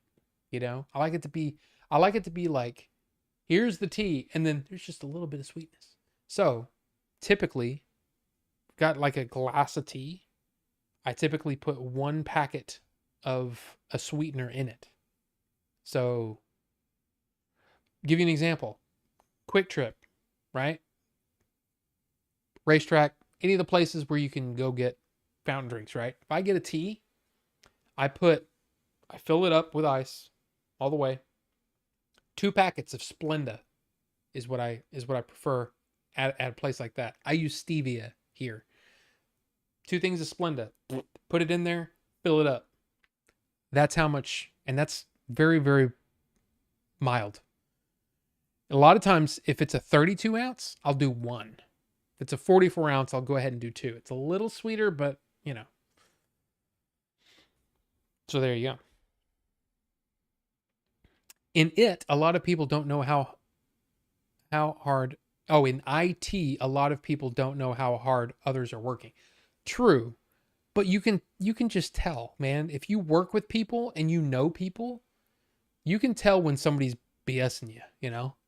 Oh, I give 110% all the time, dude. You come in late. You're late to meetings. You're late to conference calls. I always see you up and talking to other people. You're not giving 110%. You're not even giving 100%. Come on. Be honest. I'm a manager. I'm a realist. So I would know that. I don't care how much I work with them. I will know.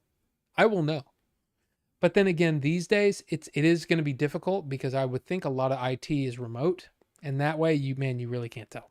You really can't tell. But if they're late to conference calls all the time, or saying stupid crap or whatever, then, I would never ask that, because I should know.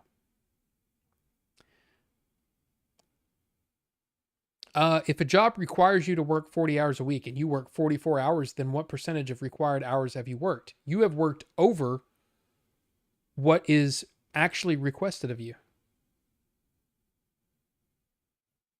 And in which case, they pay you time and a half for that. Now, if you're always doing that, that is the new normal. And that is the problem with businesses these days, is that they expect everyone to work overtime. Screw that. You pay, no. Okay, I'll say this. If you're going to pay me to work overtime every single week, I'll do it. I don't mind doing it. But if you're not going to pay me that, or it becomes the norm, that's a problem. That means that you have a staffing problem, or you're a typical company that's trying to weed out the weakest and then overwork the people that are better. And that's crappy. I hate that way of thinking, that, oh, your job should be the most important thing in your life. I'm sorry, but if that's what the company that I work for thinks, I'm sorry, that's not the way it is. No, there are much more important things in my life. Number one, Xbox. Number two, PS5. Number three, wife. I'm kidding. Of course, my wife is most important, but I got my movies in there. I got my books. But what I'm trying to say is I hate that mentality. What's the term that they keep, quiet quitting or whatever? Fuck you, man. Get the hell out of here right now. Get the hell out of here right now. I hate that crap. Because here's the thing. You pay me to work 40 hours a week. And you know what I'm going to give you? I'm going to give you 44 hours quality work in that 40 hours. I'm going to get all the other people that you're going to have, that you're going to hire, that you're going to need them to work 44 hours or more to give you the same quality that I would give you in 40. So don't try that crap with me, because I will fight against that every time. And I have. I told my boss, it's part of the reason why I was so unhappy at the job before I quit to, working with Billy on the movie, is that they were overworking everyone. Everyone was at their wits' end and nobody enjoyed anything. They couldn't go on vacation because there was no one there to cover for them when they weren't there. And it was an incredibly unhappy place to work. And then on top of that, we had to basically, it doesn't even matter. What I'm trying to say is that way of managing people and that way of trying to, how do you keep morale up when everybody's overworked and they don't have any time for themselves? I hate that. I hate that way of thinking. I will fight against it every single time. Every single time. And I have. And then finally I was like, look, they asked me, I said, what do you think that we could change here? And I said, honestly, you need to hire more people, and you need to hire more quality people. There are too many people here. Got to say, too many people here that are warm bodies, and that you need them to work 50 hours a week just to get up to a baseline of, yeah, we can get by with this. No, you need to hire better people, more quality people, which means paying them more to work here. But you need quality people, pay them what they're worth, 40 hours a week. And guess what? You're going to have a better turnout, and you're going to have better quality work from everyone almost across the board. And sure, there are going to be times, everybody in every business, there are going to be crunch times, right? There are going to be times when you might have to put in 45 hours or 50 hours. I've done that. I did it many times. I worked 60 hours like a month in a row.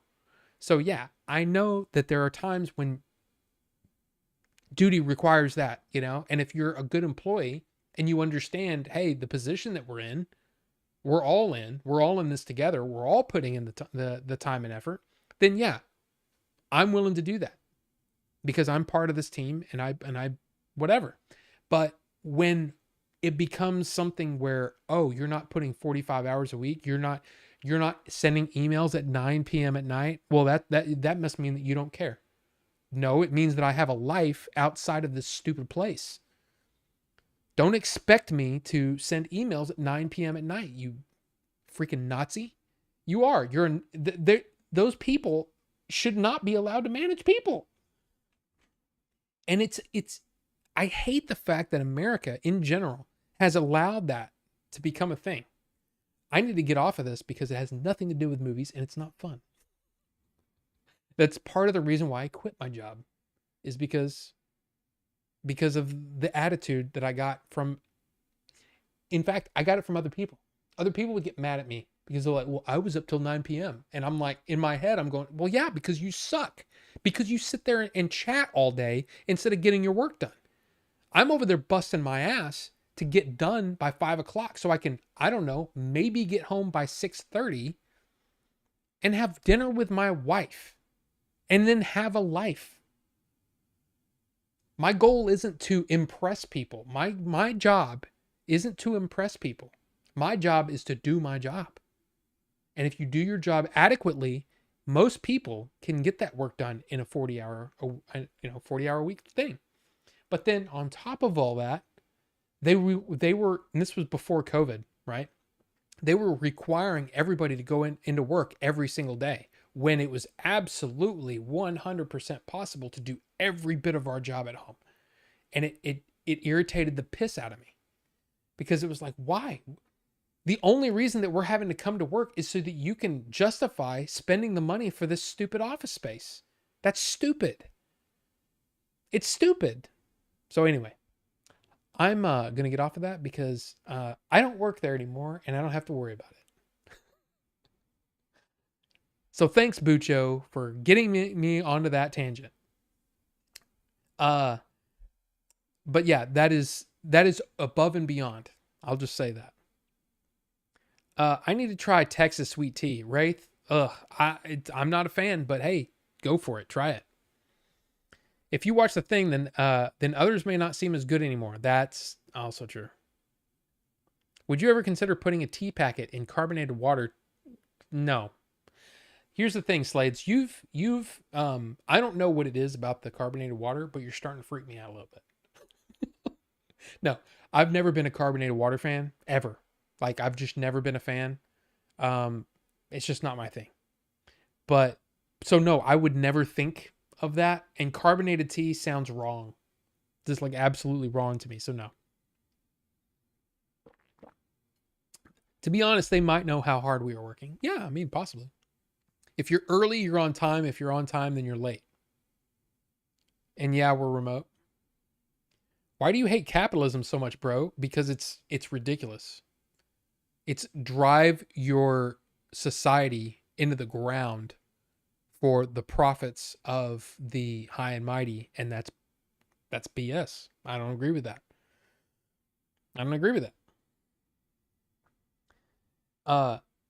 You sound like a dang pinko right now. I don't even know what that means.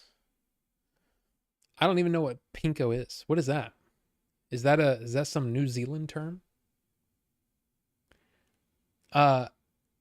You probably supported SAG and the Writers Guild too. Yeah, I did. Yes, I did.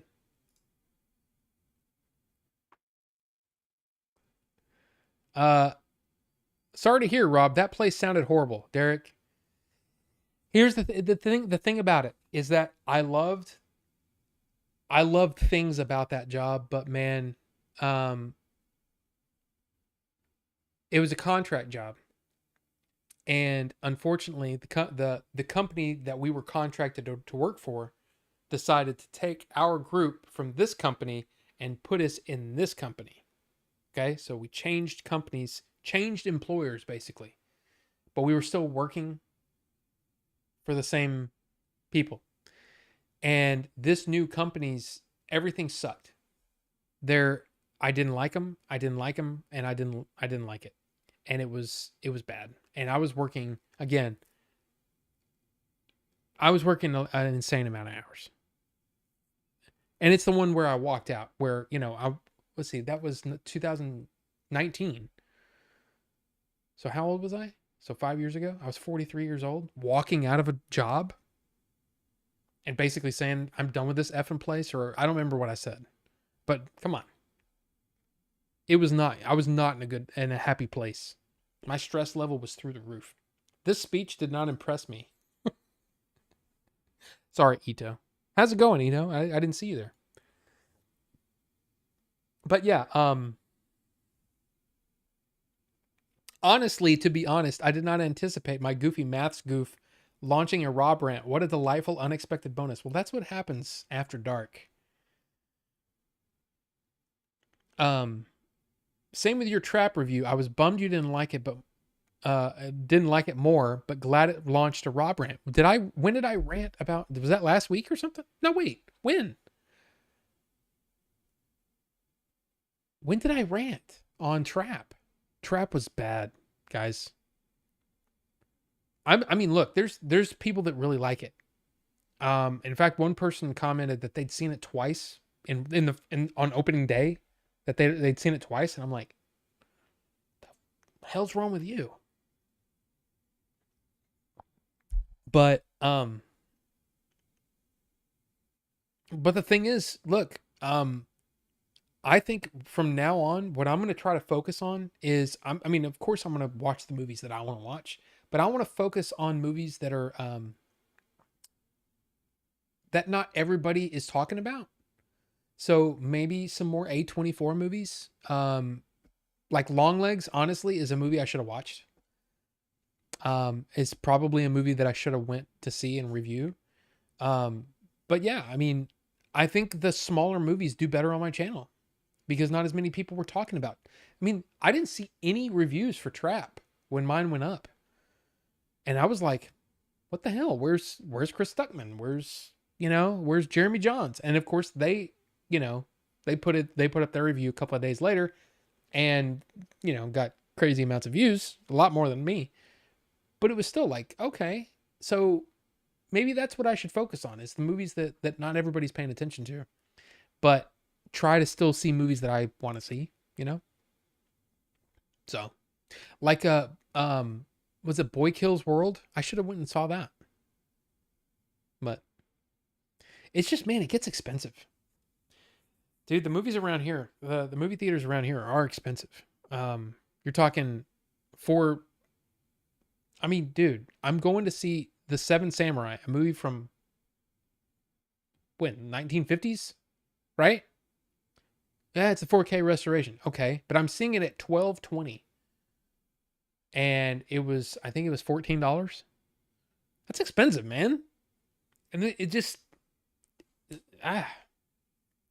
and maybe I need to be paying more attention to the things like, hey, if you buy a movie on this day, like I saw something, some ad where it was like, hey, if you pay with Apple Pay on this day for like for a movie on this day, the movie's $5. And I'm like, oh, that's a great one.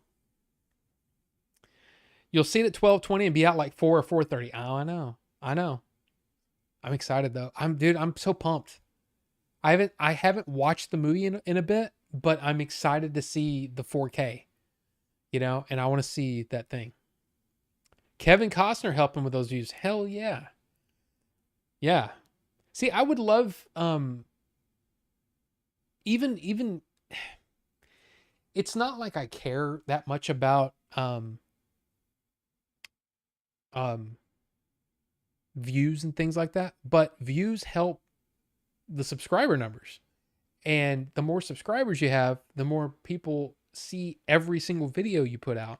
And I mean, look, I would like to grow, but I also don't want to grow in a way that's not me, and watching movies that, hey, I'd probably watch this, on streaming in 3 months, but instead go watch it now. And I might get, I don't know, 3 or 4 or 5 times the views than I would, but then I'll just have to play with it. Trap was a good, an interesting one because it was a movie that a lot of people seemed to go see, but it wasn't one that the big guys were really paying that much attention to. So I don't know.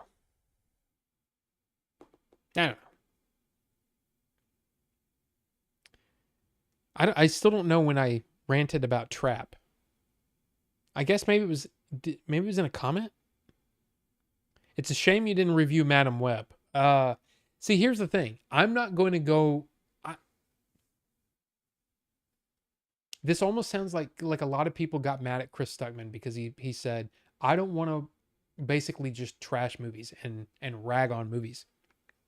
Vinny, how's it going? Good to see you.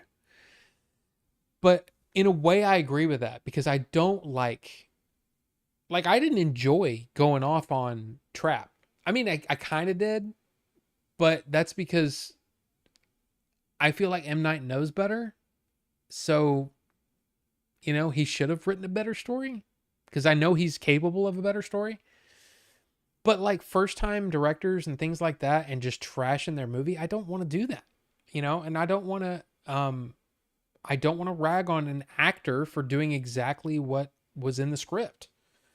I'll go off on right things, but but I don't want to go see a movie like Madam Web. Like Madam Web is a movie that even for free on Netflix, I still haven't spent the time to watch that because it doesn't interest me in the slightest. And then I heard it was a piece of shit.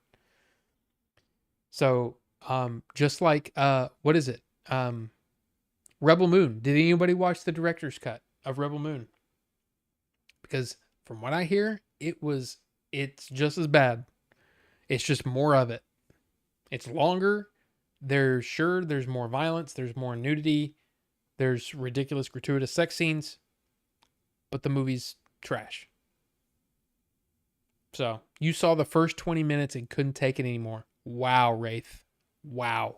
See, I have no interest. There was a part of me that thought, I'm going to go ahead and watch them and then I'll do a review of them and then trash them basically. Because I'm pretty sure I'm going to trash them. I just can't do that. I don't want to waste the time. I'd rather take that time that I would spend watching Rebel Moon and watch either a movie that I've already purchased or read a book or watch an old movie like No Way Out. I enjoyed watching No Way Out. It's not the best movie of the world, but I really enjoyed watching it. And it's a Gene Hackman performance I've never seen. It ticked a bunch of boxes for me. So as long as I tick the boxes, you know? Wait, when you were in high school, what was the movie everyone couldn't stop talking about? For me, it was either Austin Powers and Blair Witch Project. Okay. High school. So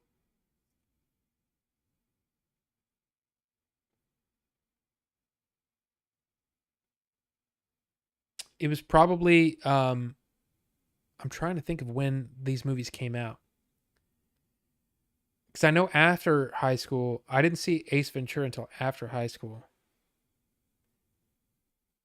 Um, Pulp Fiction came out after, I think, right around the time that I graduated. I'm old. Um, Honestly, the movies that a lot of people were talking about back then, yeah, Jurassic Park, yep, Robin Hood, Prince of Thieves. Which, look, I love Robin Hood, Prince of Thieves.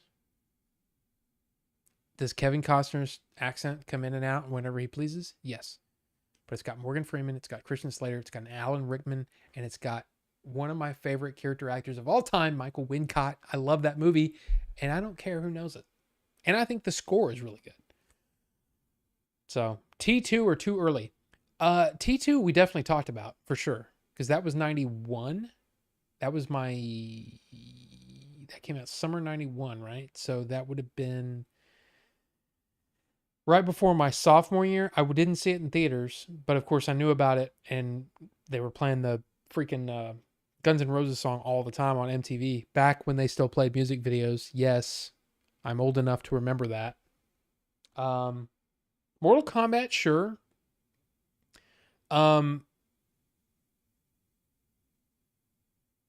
But yeah, it was Jurassic Park was a big one for sure. The all important movie you should watch is The Quest. Is that the caveman movie? Or no, wait. No, that's Quest for Fire. The Quest is what's his name? Henry Thomas, right? Is that Henry Thomas? Kurt Loder, yes. Yep. Okay. No. I'm good with The Quest. No.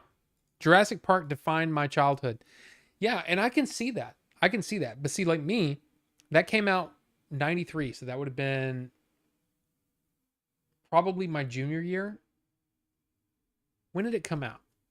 Was it no, it was the summer before my senior year. And I'd already read the book. So I read the book and then I told the funny joke.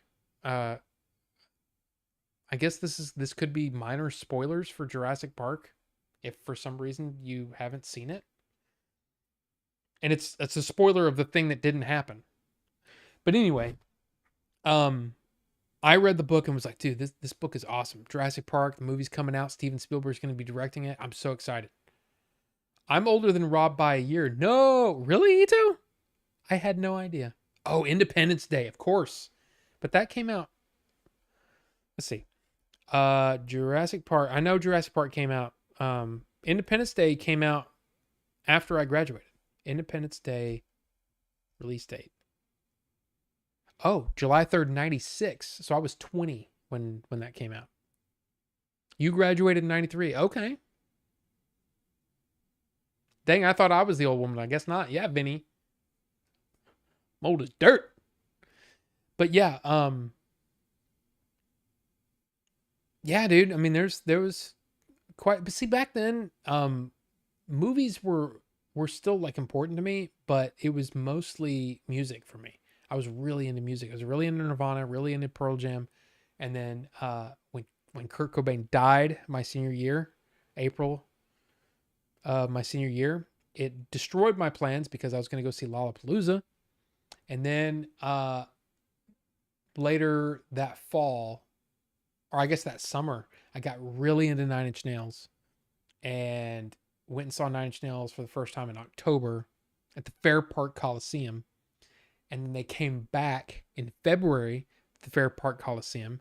Saw them twice, and it was amazing. And yeah, yeah, because I was into basically pop back then.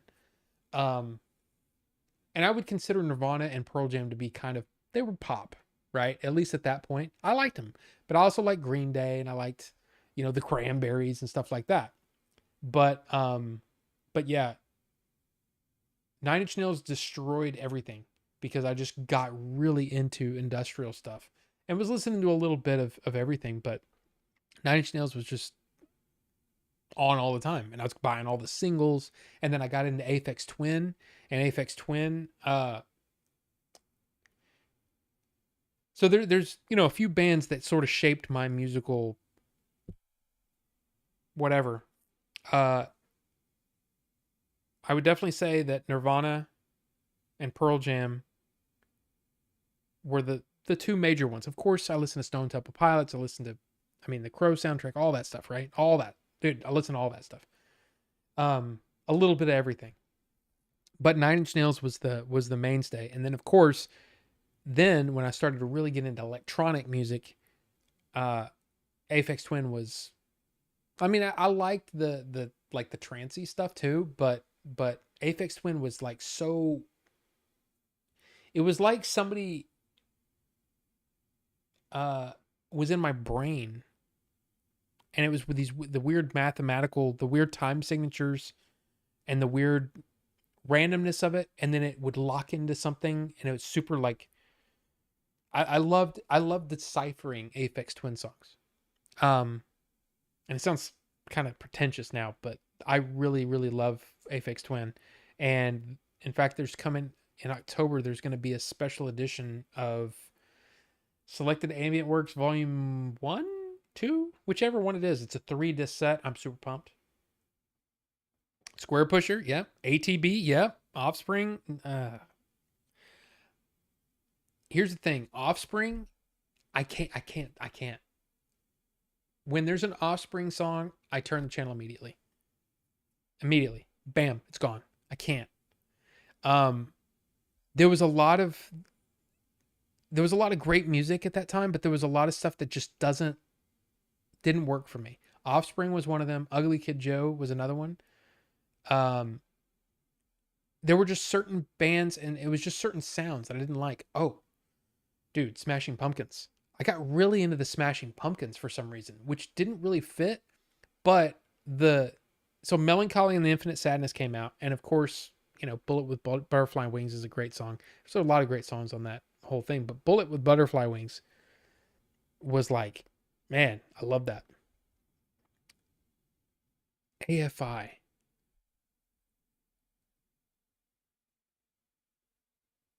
Don't you dare. Offspring is good. I'm just and I look, when somebody says they don't like the Smashing Pumpkins, completely understand, because Corgan's voice is so like not for everybody. I get it. But right around the time when I started to get more so like 94, 95, Nine Inch Nails, Aphex Twin, But there was some heavy metal in there too. You know, I say heavy metal, not like super heavy, not like stuff like that, but like Metallica and I mean I guess that is heavy, but the more popular, some more radio friendly stuff. But then I got really into Aphex Twin for a while. I was listening to a lot of Nine Inch Nails and Aphex Twin, and then I did like Smashing Pumpkins. It was in there, kind of in there too.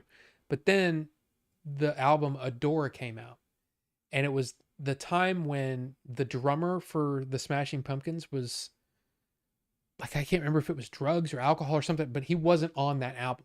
And so there was a lot of electronic stuff on Adore. And for some reason, Adore is, to me, the seminal Smashing Pumpkins album. And I know a lot of people would go, what? No.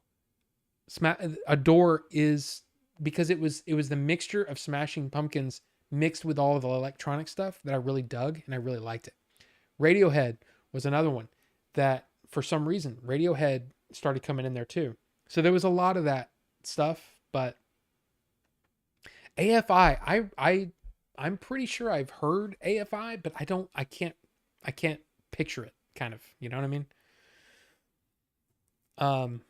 Let me see, wait. Stone Temple Pilots earlier. Yeah. I've got, in fact, I told you I got that police thing, which is ended up right here, by the way.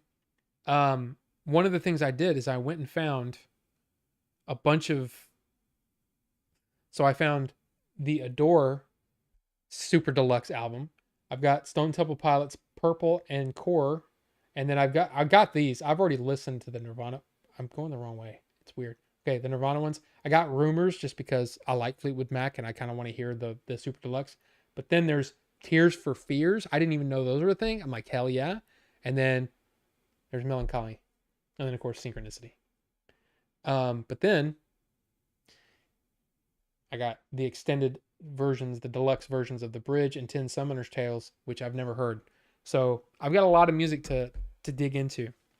So for me, I mentioned a lot of different bands there, but then what I really like when it comes down to like who I am as like musically,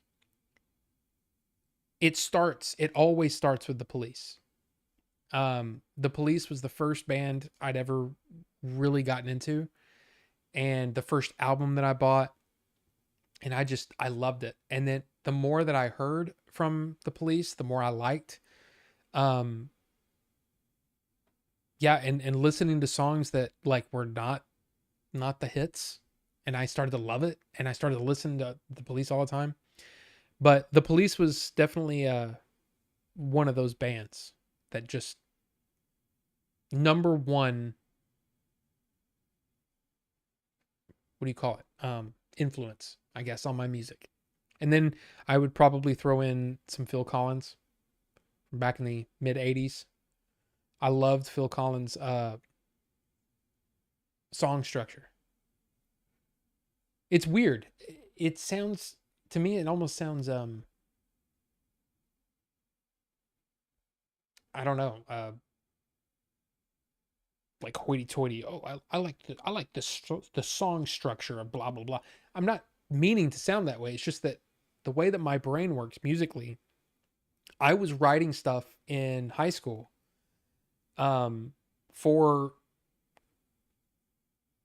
my friends. Like we would play stuff during the football games, and I would compose those songs, and then we would play them, and I would figure them out on my trombone, and then we'd play them, and there were some pretty awesome ones. I really enjoyed that, especially my junior and senior year.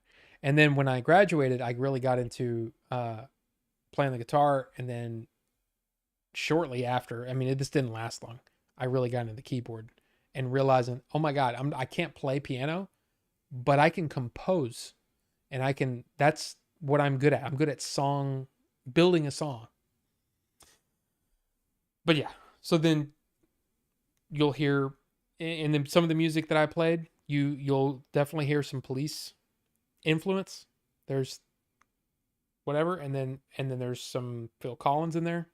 I think somebody even said one of the songs that I wrote, and they said that sounds like Another Day in Paradise, and I'm like, it's close. Um, so yeah. Uh, Gin Blossoms. Gin Blossoms is okay. Yeah, but see, what's weird is like even though I was really getting into Aphex Twin, which I would say is not. I don't think I've ever heard an Aphex Twin thing on the radio, but I would listen to Aphex Twin, but then I'd listen to pop stuff, and like even today, like I'll listen to 80 songs, but then I'll pop over to, the whatever popular music, and I like some Justin Bieber songs. I like some freaking Ed Sheeran songs. I think I said this, that I mean seriously, I'm almost embarrassed to say it, especially considering most of my music taste. But Dua Lipa, Levitate, the song's a banger. The song's a damn banger, and I don't care who. It just is. It just is. When AFI was punk rock, they were good. Then they turned emo and went to crap. Oh, I think I know AFI, but I was never. Black Sails Into the Sunset is my favorite AFI album. Yeah, I don't think I've ever heard an full album. I've never seen Lost Highway, but I do like the soundtrack. The soundtrack is interesting. The movie is freaking weird. It's David Lynch. David Lynch makes weird movies. And by the way, he was in the news. He's got emphysema. 78 years old. I didn't realize he was that old. But said, I'm gonna direct remotely. How the hell is that gonna work? But look, I'm not the biggest fan of David Lynch. I never have been. In fact, I can't think of one movie that I would put like as like a favorite. But damn, do I respect that guy. I really do. Lost Highway is a weird movie, but the soundtrack is done by Trent Reznor, so for Lost Highway. Anyway, Foo Fighters' best album is their first one. I like the Foo Fighters quite a bit too. And that is, to me, it's weird. I don't understand why people go off on Nickelback, but they don't go off on the Foo Fighters. They're both very, to me, they write very pop songs. There's nothing wrong with writing a good song. So I will never go off on somebody for liking Nickelback without going off on Foo Fighters too. You know what I mean? Like, I like Foo Fighters though. And of course it's Dave Grohl, the drummer for Nirvana, and I'm always rooting for Dave Grohl. I stopped liking them after the third album, Shut Your Mouth and Open Your Eyes. After that, they started to go emo. That was a good album. Oh, see, I don't know any of that stuff. Going late tonight? Well, BC, we started late. We started at 9 because, the AC was out. It was 87 degrees in this room. And now that the AC has kicked on, it is... I'm actually surprised it says let's see, it's going down. It says it's 81 right now. So the AC basically is going on the fritz. For whatever reason, at around 2 p.m., it stopped working. And it like the thermostat just blinks. And then for whatever reason, at around 9 p.m., it kicks back on and starts to cool down. So between the hours of 2 and 9, it gets pretty damn toasty in this house. Luckily, the AC guy's coming tomorrow. Hopefully we can fix it. Hopefully it's not super crazy expensive. And then, and then we also have, I can't go anywhere tomorrow. I would go see Seven Samurai tomorrow. But unfortunately, my wife has to take my car, driving that effortless speed. That's what she actually said, by the way. She drove it the other day. She goes, I can't believe how fast this car is and how fast it feels like it wants to go faster. And I'm like, I know. And she goes, I can't believe you haven't gotten a ticket. And I'm like, I know. Because this car is freaking crazy. It's insane. It's like a racehorse that just, that constantly wants to go faster. But anyway. But yeah, so we started at 9 and we're probably going to end pretty soon because actually, part of the reason why I think my head's starting to hurt, and it's because, I had caffeine earlier. I'm out of caffeine and I'm starting to get tired. So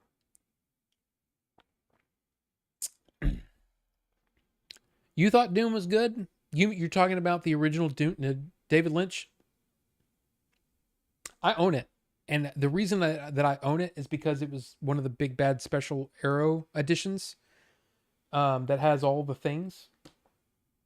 There it is. It's down there. You can see it. It's right there. And because I love special features. And I figured, hey, this is on sale. Why don't I go ahead and buy it so I can watch all the special features? And yeah, okay, I own the movie, but I don't really care about the movie. I just want to see the special features. I actually really enjoyed the special features. It was good.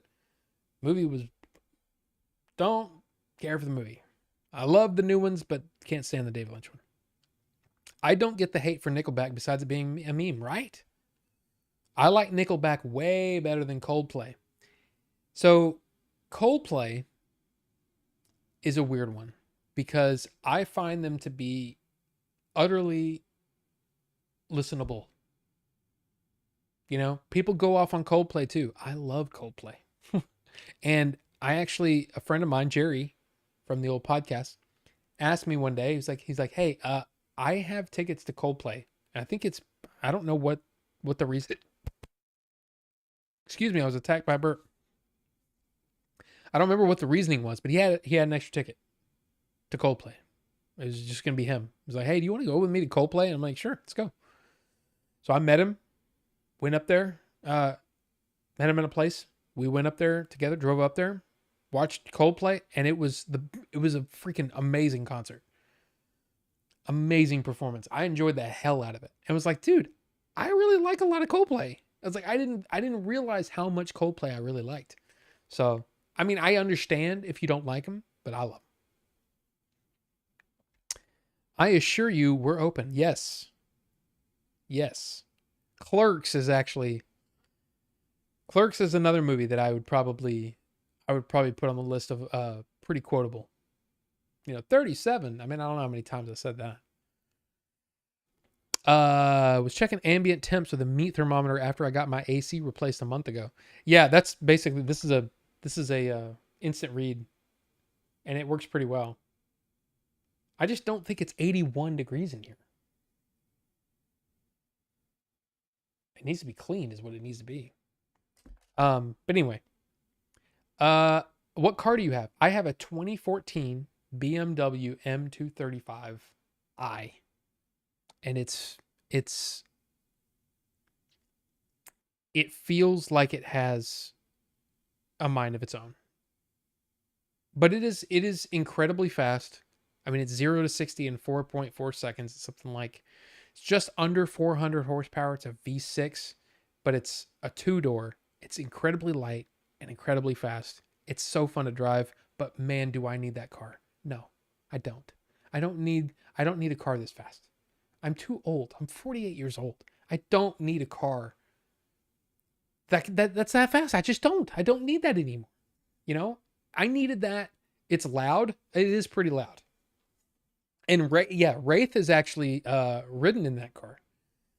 2 Series look like fun cars. They're so much fun. It is incredibly fun. But 48 is not old for a fast car, but I'm sorry. I don't drive that car to its potential, And sure, you could argue, well, who drives Ferraris at the, who that can own a Ferrari actually drives it to its full potential? I get that. I understand it. Jaguars, all the crazy cars. But like this one, we outran the cops. I mean, we didn't get in it, it wasn't a thing. But it's too much car for me. I told the story that the day that I bought it, I flew to Houston and drove it home because it was like the perfect car. It had everything that I wanted, and it was incredibly well priced for what it was. Bought it in 2017. Flew down to Houston, summer 2017. Drove it home, and on the way home, if you've ever driven in Texas, during the day, in the middle of nowhere, man, there's barely anybody on the road, right? Barely anybody. So you can, you want to gun the car, you could probably gun the car. Okay. So I stopped to get out something to drink, and I'm looking at it. I'm drinking my drink, and I'm looking at it, and I'm going, I want to see what this son of a bitch can do. So it has eco mode. There's 4 modes: eco mode, comfort mode, sport mode, sport plus mode. So sport mode takes off some of the computer stuff, and then sport mode takes everything off. So it's the traction control, the steering control, all that kind of stuff. So it's a little more whatever.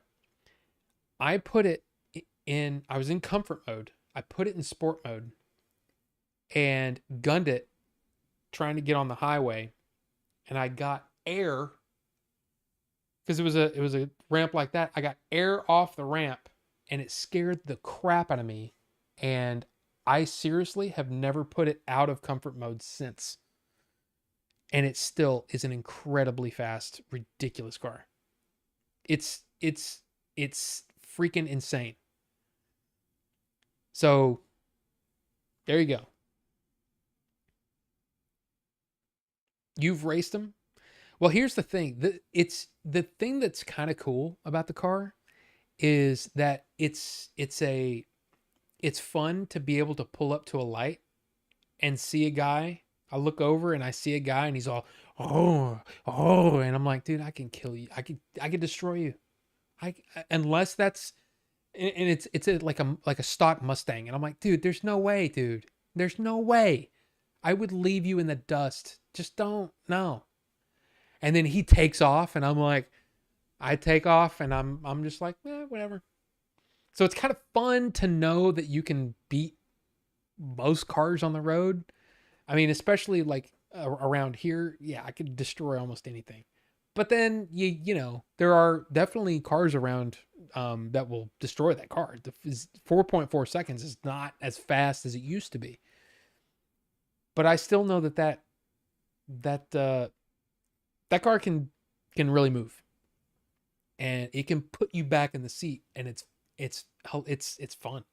It's just a fun car to drive. The thing that makes it so much fun to me is the cornering. Man, the cornering of that car.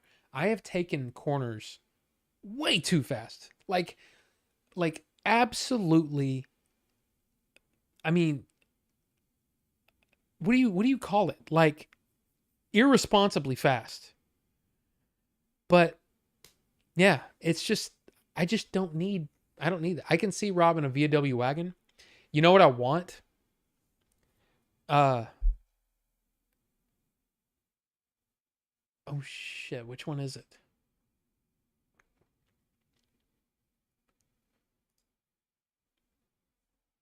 Let me see. Let me see if I can find.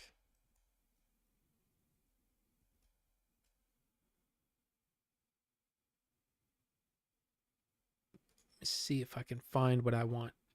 Now here, I'm telling you, this is what I would like. There's no way I can afford this car. Like, there's no chance. No chance that I can own this car. Oh, come on.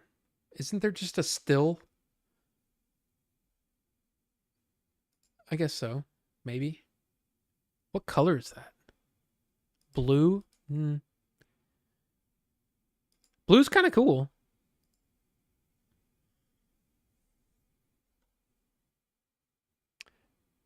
That's what I want.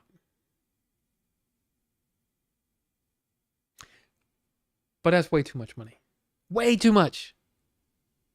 Way too much. Cars are real fast nowadays. Mustang GTs come at most 500 horsepower. True, but I'm telling you, around here, I have destroyed so many. Like it got to the where it was like, don't waste my time, kid. You know, like that's kind of the way it happened, and I just stopped. I don't race anybody. But what's weird is they continue to I keep getting it. And what's even weirder is this is 2014. This is basically an 11-year-old car. I still get people telling me or give me compliments on it because it's got the carbon fiber package. Um, it's got the carbon fiber mirrors, carbon fiber spoiler. I mean, it's a good looking car. I'm not saying it isn't. Um, but it's it's it's getting old. Um, I mean, put it to you this way. I don't have any. I'm surprised it has Bluetooth because the Bluetooth works like kind of like crap. Um, where's my freaking picture of my car? Give me a second. Oh, that's okay. That's why I'm looking way too.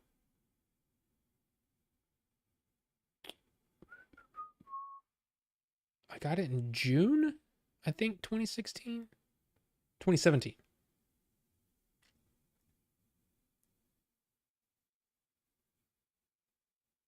There you go. That was the day that I brought it home.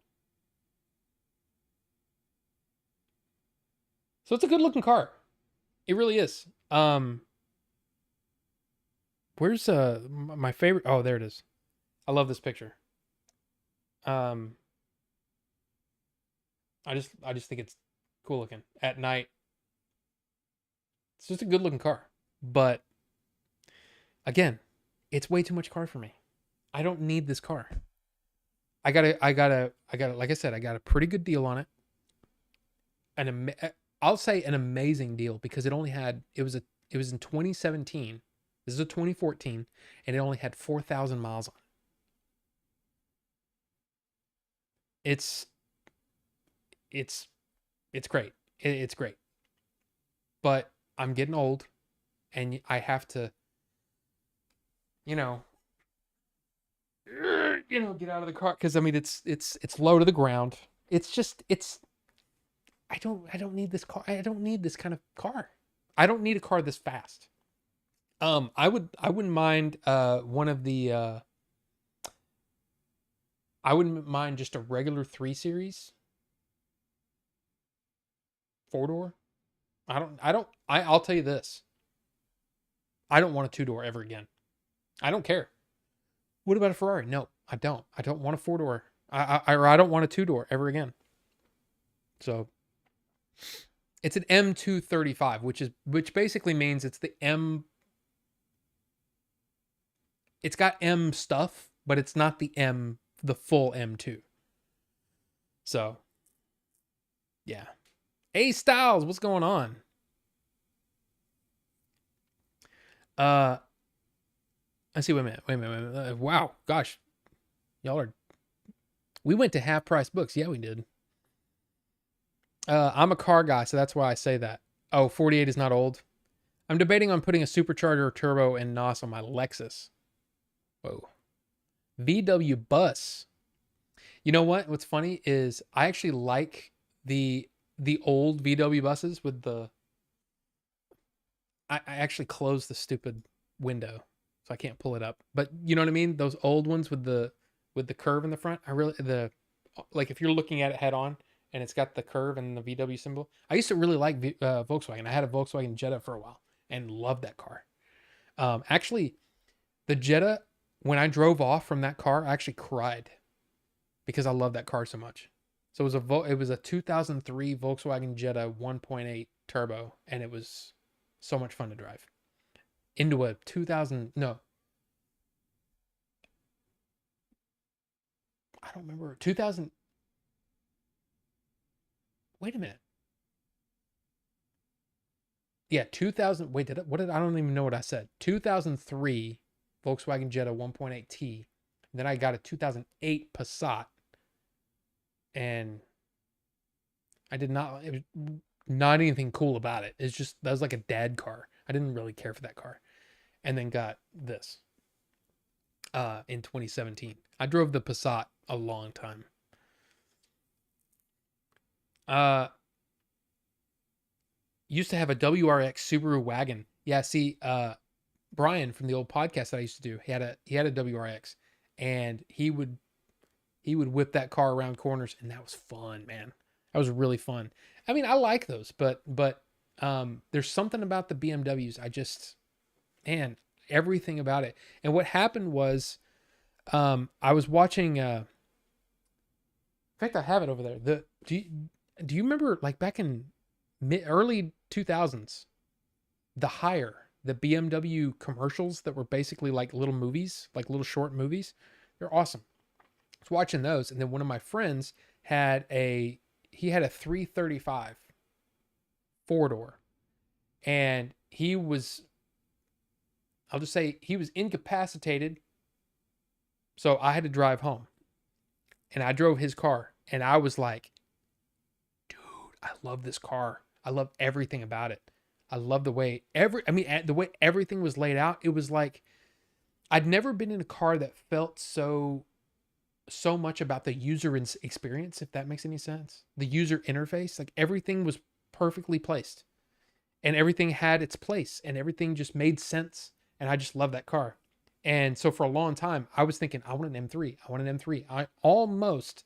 Before I bought this M235, I almost bought the previous body style. I don't remember what year it was, but it was an M3 convertible. And I almost bought it. The problem was it was silver and it had kind of high miles. And so I was like, I don't like silver cars. My Jetta was silver and I didn't like it. That's the only thing I didn't like about that car. I didn't like how silver it was. So I was kind of like, and then finally I was like, I can't justify spending that much money on that kind of mileage car. Cause I want to say it was pretty high. So I didn't get that, but yeah. Okay, wait. You got air. Yeah. Oh yeah. I definitely got air. Mustang drivers. Well, it's just, I don't know. There's just a bunch of people around here that want to race, and I'm too old. Rob lives his life 10 seconds at a time. Quarter mile at a time? Nah. Hector's going to be running 3 Honda Civics with spoon engines, and on top of that, he just came into Harry's and he ordered 3 T66 turbos with NOS and a Motec system exhaust. I don't know what any of that means. Almost had me. You never had me. You never had your car. I'm not sure what that means. But I'll just say that I have outrun things that I didn't think I was going to be able to outrun. But I don't play anymore. Like, I would say ever since probably COVID, I don't really drive that fast most of the time. There are times earlier this last weekend, I got it up to 100 on the highway with April in the car because she was telling me to. So I did. And then on the way home, I think I told the story, on the way home from Thanksgiving, there was this really slow guy on the express lane, and it was a 1 lane. And when it opened up to 2 lanes, I went ahead and I said, should I? And she goes, do it. Because we were both tired, just wanted to get home.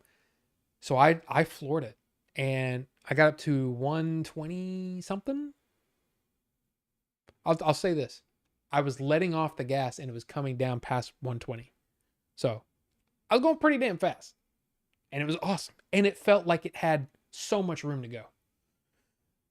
So that was probably the fastest I ever took the car. I don't know what I actually got it up to. You got to open in the morning, having a great night. Ricky, I got to get going too, because I got to get up somewhat early so I can, the AC guy's going to come. Rob's car made the Kessel run at 11 parsecs. I mean, not quite. I just drive my Blazer, my Chevy 2500, and soon my Lexus. Yeah. That's a cool car. I mean, it's really, like I said, I still get compliments on it. 2004, or 2014. An 11-year-old car. I got one. I was getting them all the time, like all the time. And you know what it is? It's mostly younger guys. But I've actually driven up to certain things and, like, you got the silly hot girls. I'm too old for the hot girls. You know what I mean? I'm old enough to be your dad or your granddad in some cases. Well, maybe not granddad. But anyway, dad. and I'll see them look.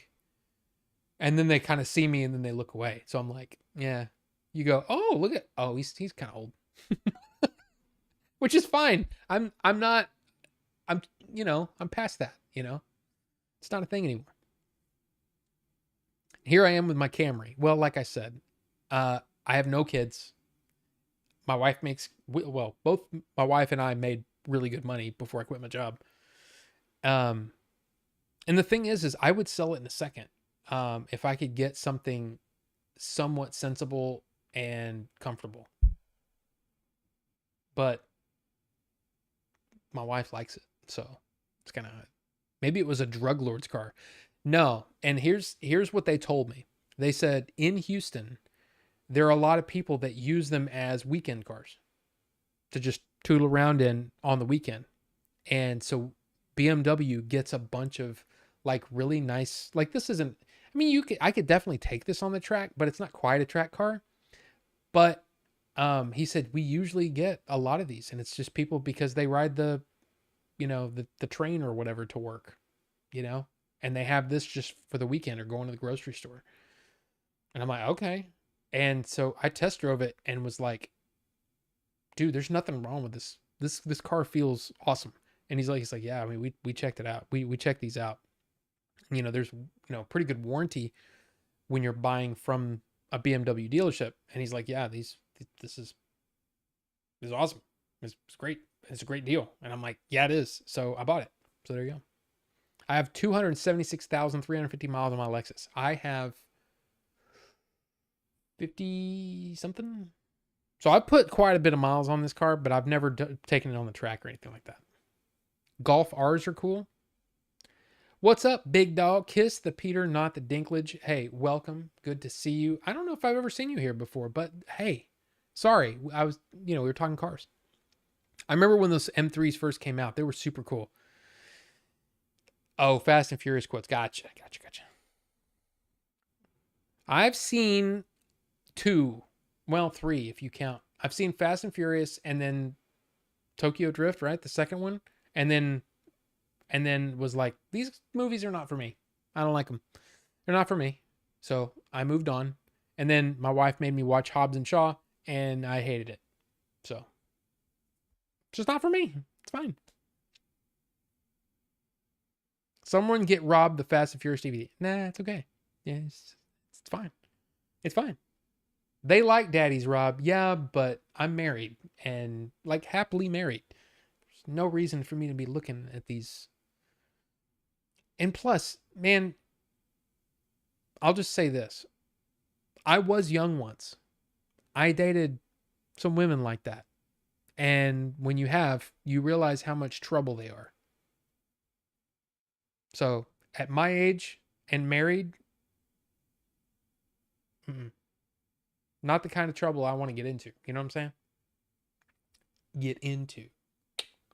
You know? You know what I'm talking about? Yeah. No. But yeah, I'm not a cheater. So Mazda 3 GT. Mazda 3S GT. I don't even know what that is. So we're going to have to look at that. Mazda 3S. Wait, what was it again? Mazda. There were too many things. Mazda 3 SGT. Okay. Hey, that's a good looking car. See, I like those. I really like the Grand Touring, like even some of the BMWs that have that. I really like them. That's a good looking car.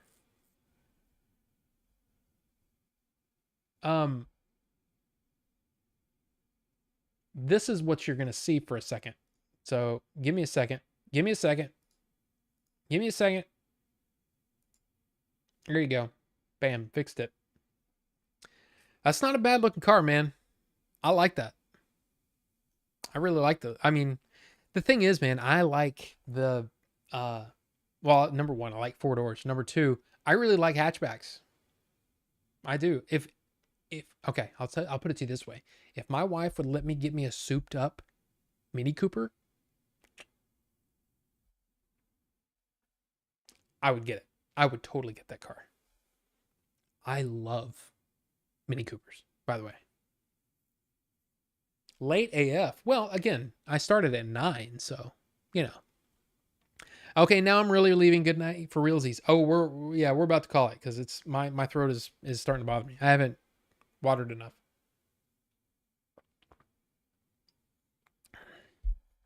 Not gonna lie, I kind of love it. Not as flashy as some other stuff though. No, let's see, Vinny. Here's the thing, man. At least for me, I look at it like I don't need a car that can blow off doors, and I just don't need that. And I don't care about impressing anyone. I just want to be left alone.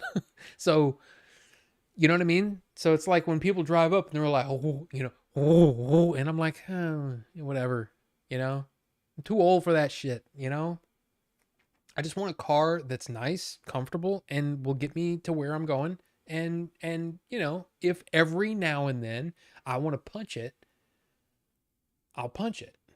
Does that count for Star Wars by me saying punch it? Is that where that comes from? Or does it come from other things? I don't even know. I mean, I know it comes from Star Wars because that's where I get it. But does it come from other movies? New Civic hatchbacks are nice. Yeah, but see, like, for me, I want either... I kind of want a German car. Because I think they're the best. I really do love my BMW. I just don't need that much engine. The problem is it'll be a while before I can get a different one. And really what I want now is I want CarPlay. I want CarPlay, and I want 4 doors. Honestly, that's pretty much all I care about. I don't even care if it's German. I mean, I would love another BMW, sure. But if I can every now and then punch it a little bit and have a little fun, if I can be comfortable with 4 doors and have CarPlay, that's pretty much all I need. There you go. But Range Rover Sport, hell yeah. I mean, honestly, a Tesla would probably be cool, but man, he's driving me nuts lately. I don't like his attitude. I don't like his crap. Twitter is becoming a cesspool. I mean, it was already a cesspool, but it's even worse now. So, I want a Police Academy shirt. Just do another 4 hours, Ricky. You gotta wake up in 4 hours? Dude, that sucks. I'm sorry. Well, look, hey, I'll make it easy on you. Let's call it a night, guys. Because I'm tired, and I got to get up early. And yes, Mini Coopers are BMW for sure. Which is part of the reason why I kind of want one. Because Mini Coopers just aren't as flashy and aren't as popular as BMWs, but they got basically BMW engines under the hood. And they're fast and so much fun. So much fun. They're like driving go-karts. It's so great. But look, here's the thing. We didn't go into any kind of news tonight. We just hung out and chatted, and you know what? I loved it. It was great. It was a great one. Other than the heat, which is now, let's see, what are we at now? Look at that. We're down to 79.3. AC's working for the time being. I'm excited. Did you talk about Borderlands, or are you waiting on that? I don't care about Borderlands. Is that bad? Is that bad that I don't care about Borderlands? Because I don't. I saw the trailer and I'm like, that looks bad. I just don't care. But there you go. LOL, no, the movie's going to bomb. Yeah, I don't really care. I don't really care. Like this week, my big review is going to be watching the 4K 7 Samurai release. So you didn't even get to your take on the Hot D finale. It's fine. I mean, I'm a little bummed out. I wish there was a little more action packed, but for the most part, I'm still like, dude, I like the show. I love the show, actually. I think the show's really good. But there you go. Borderland looks like Suicide Squad. It really kind of does. Looks like they try to take that. They, of course, made it for nobody by not appealing to fans and instead reaching for a wider audience. Yeah. Yeah. But it looks like a Guardians clone. Keep your eyes on the skies and the cameras at the ready. That's right. The aliens are still out there and we need to catch them. We got to catch them all. Anyway, look, hey, you guys have a great week. And again, if you're interested in my thoughts on Seven Samurai in 4K, the 4K restoration, I'm going to see it in the theater on Thursday, and I'm so freaking pumped. So yeah, watch that video on Thursday. But otherwise, you guys have a great week, and we'll see you next time.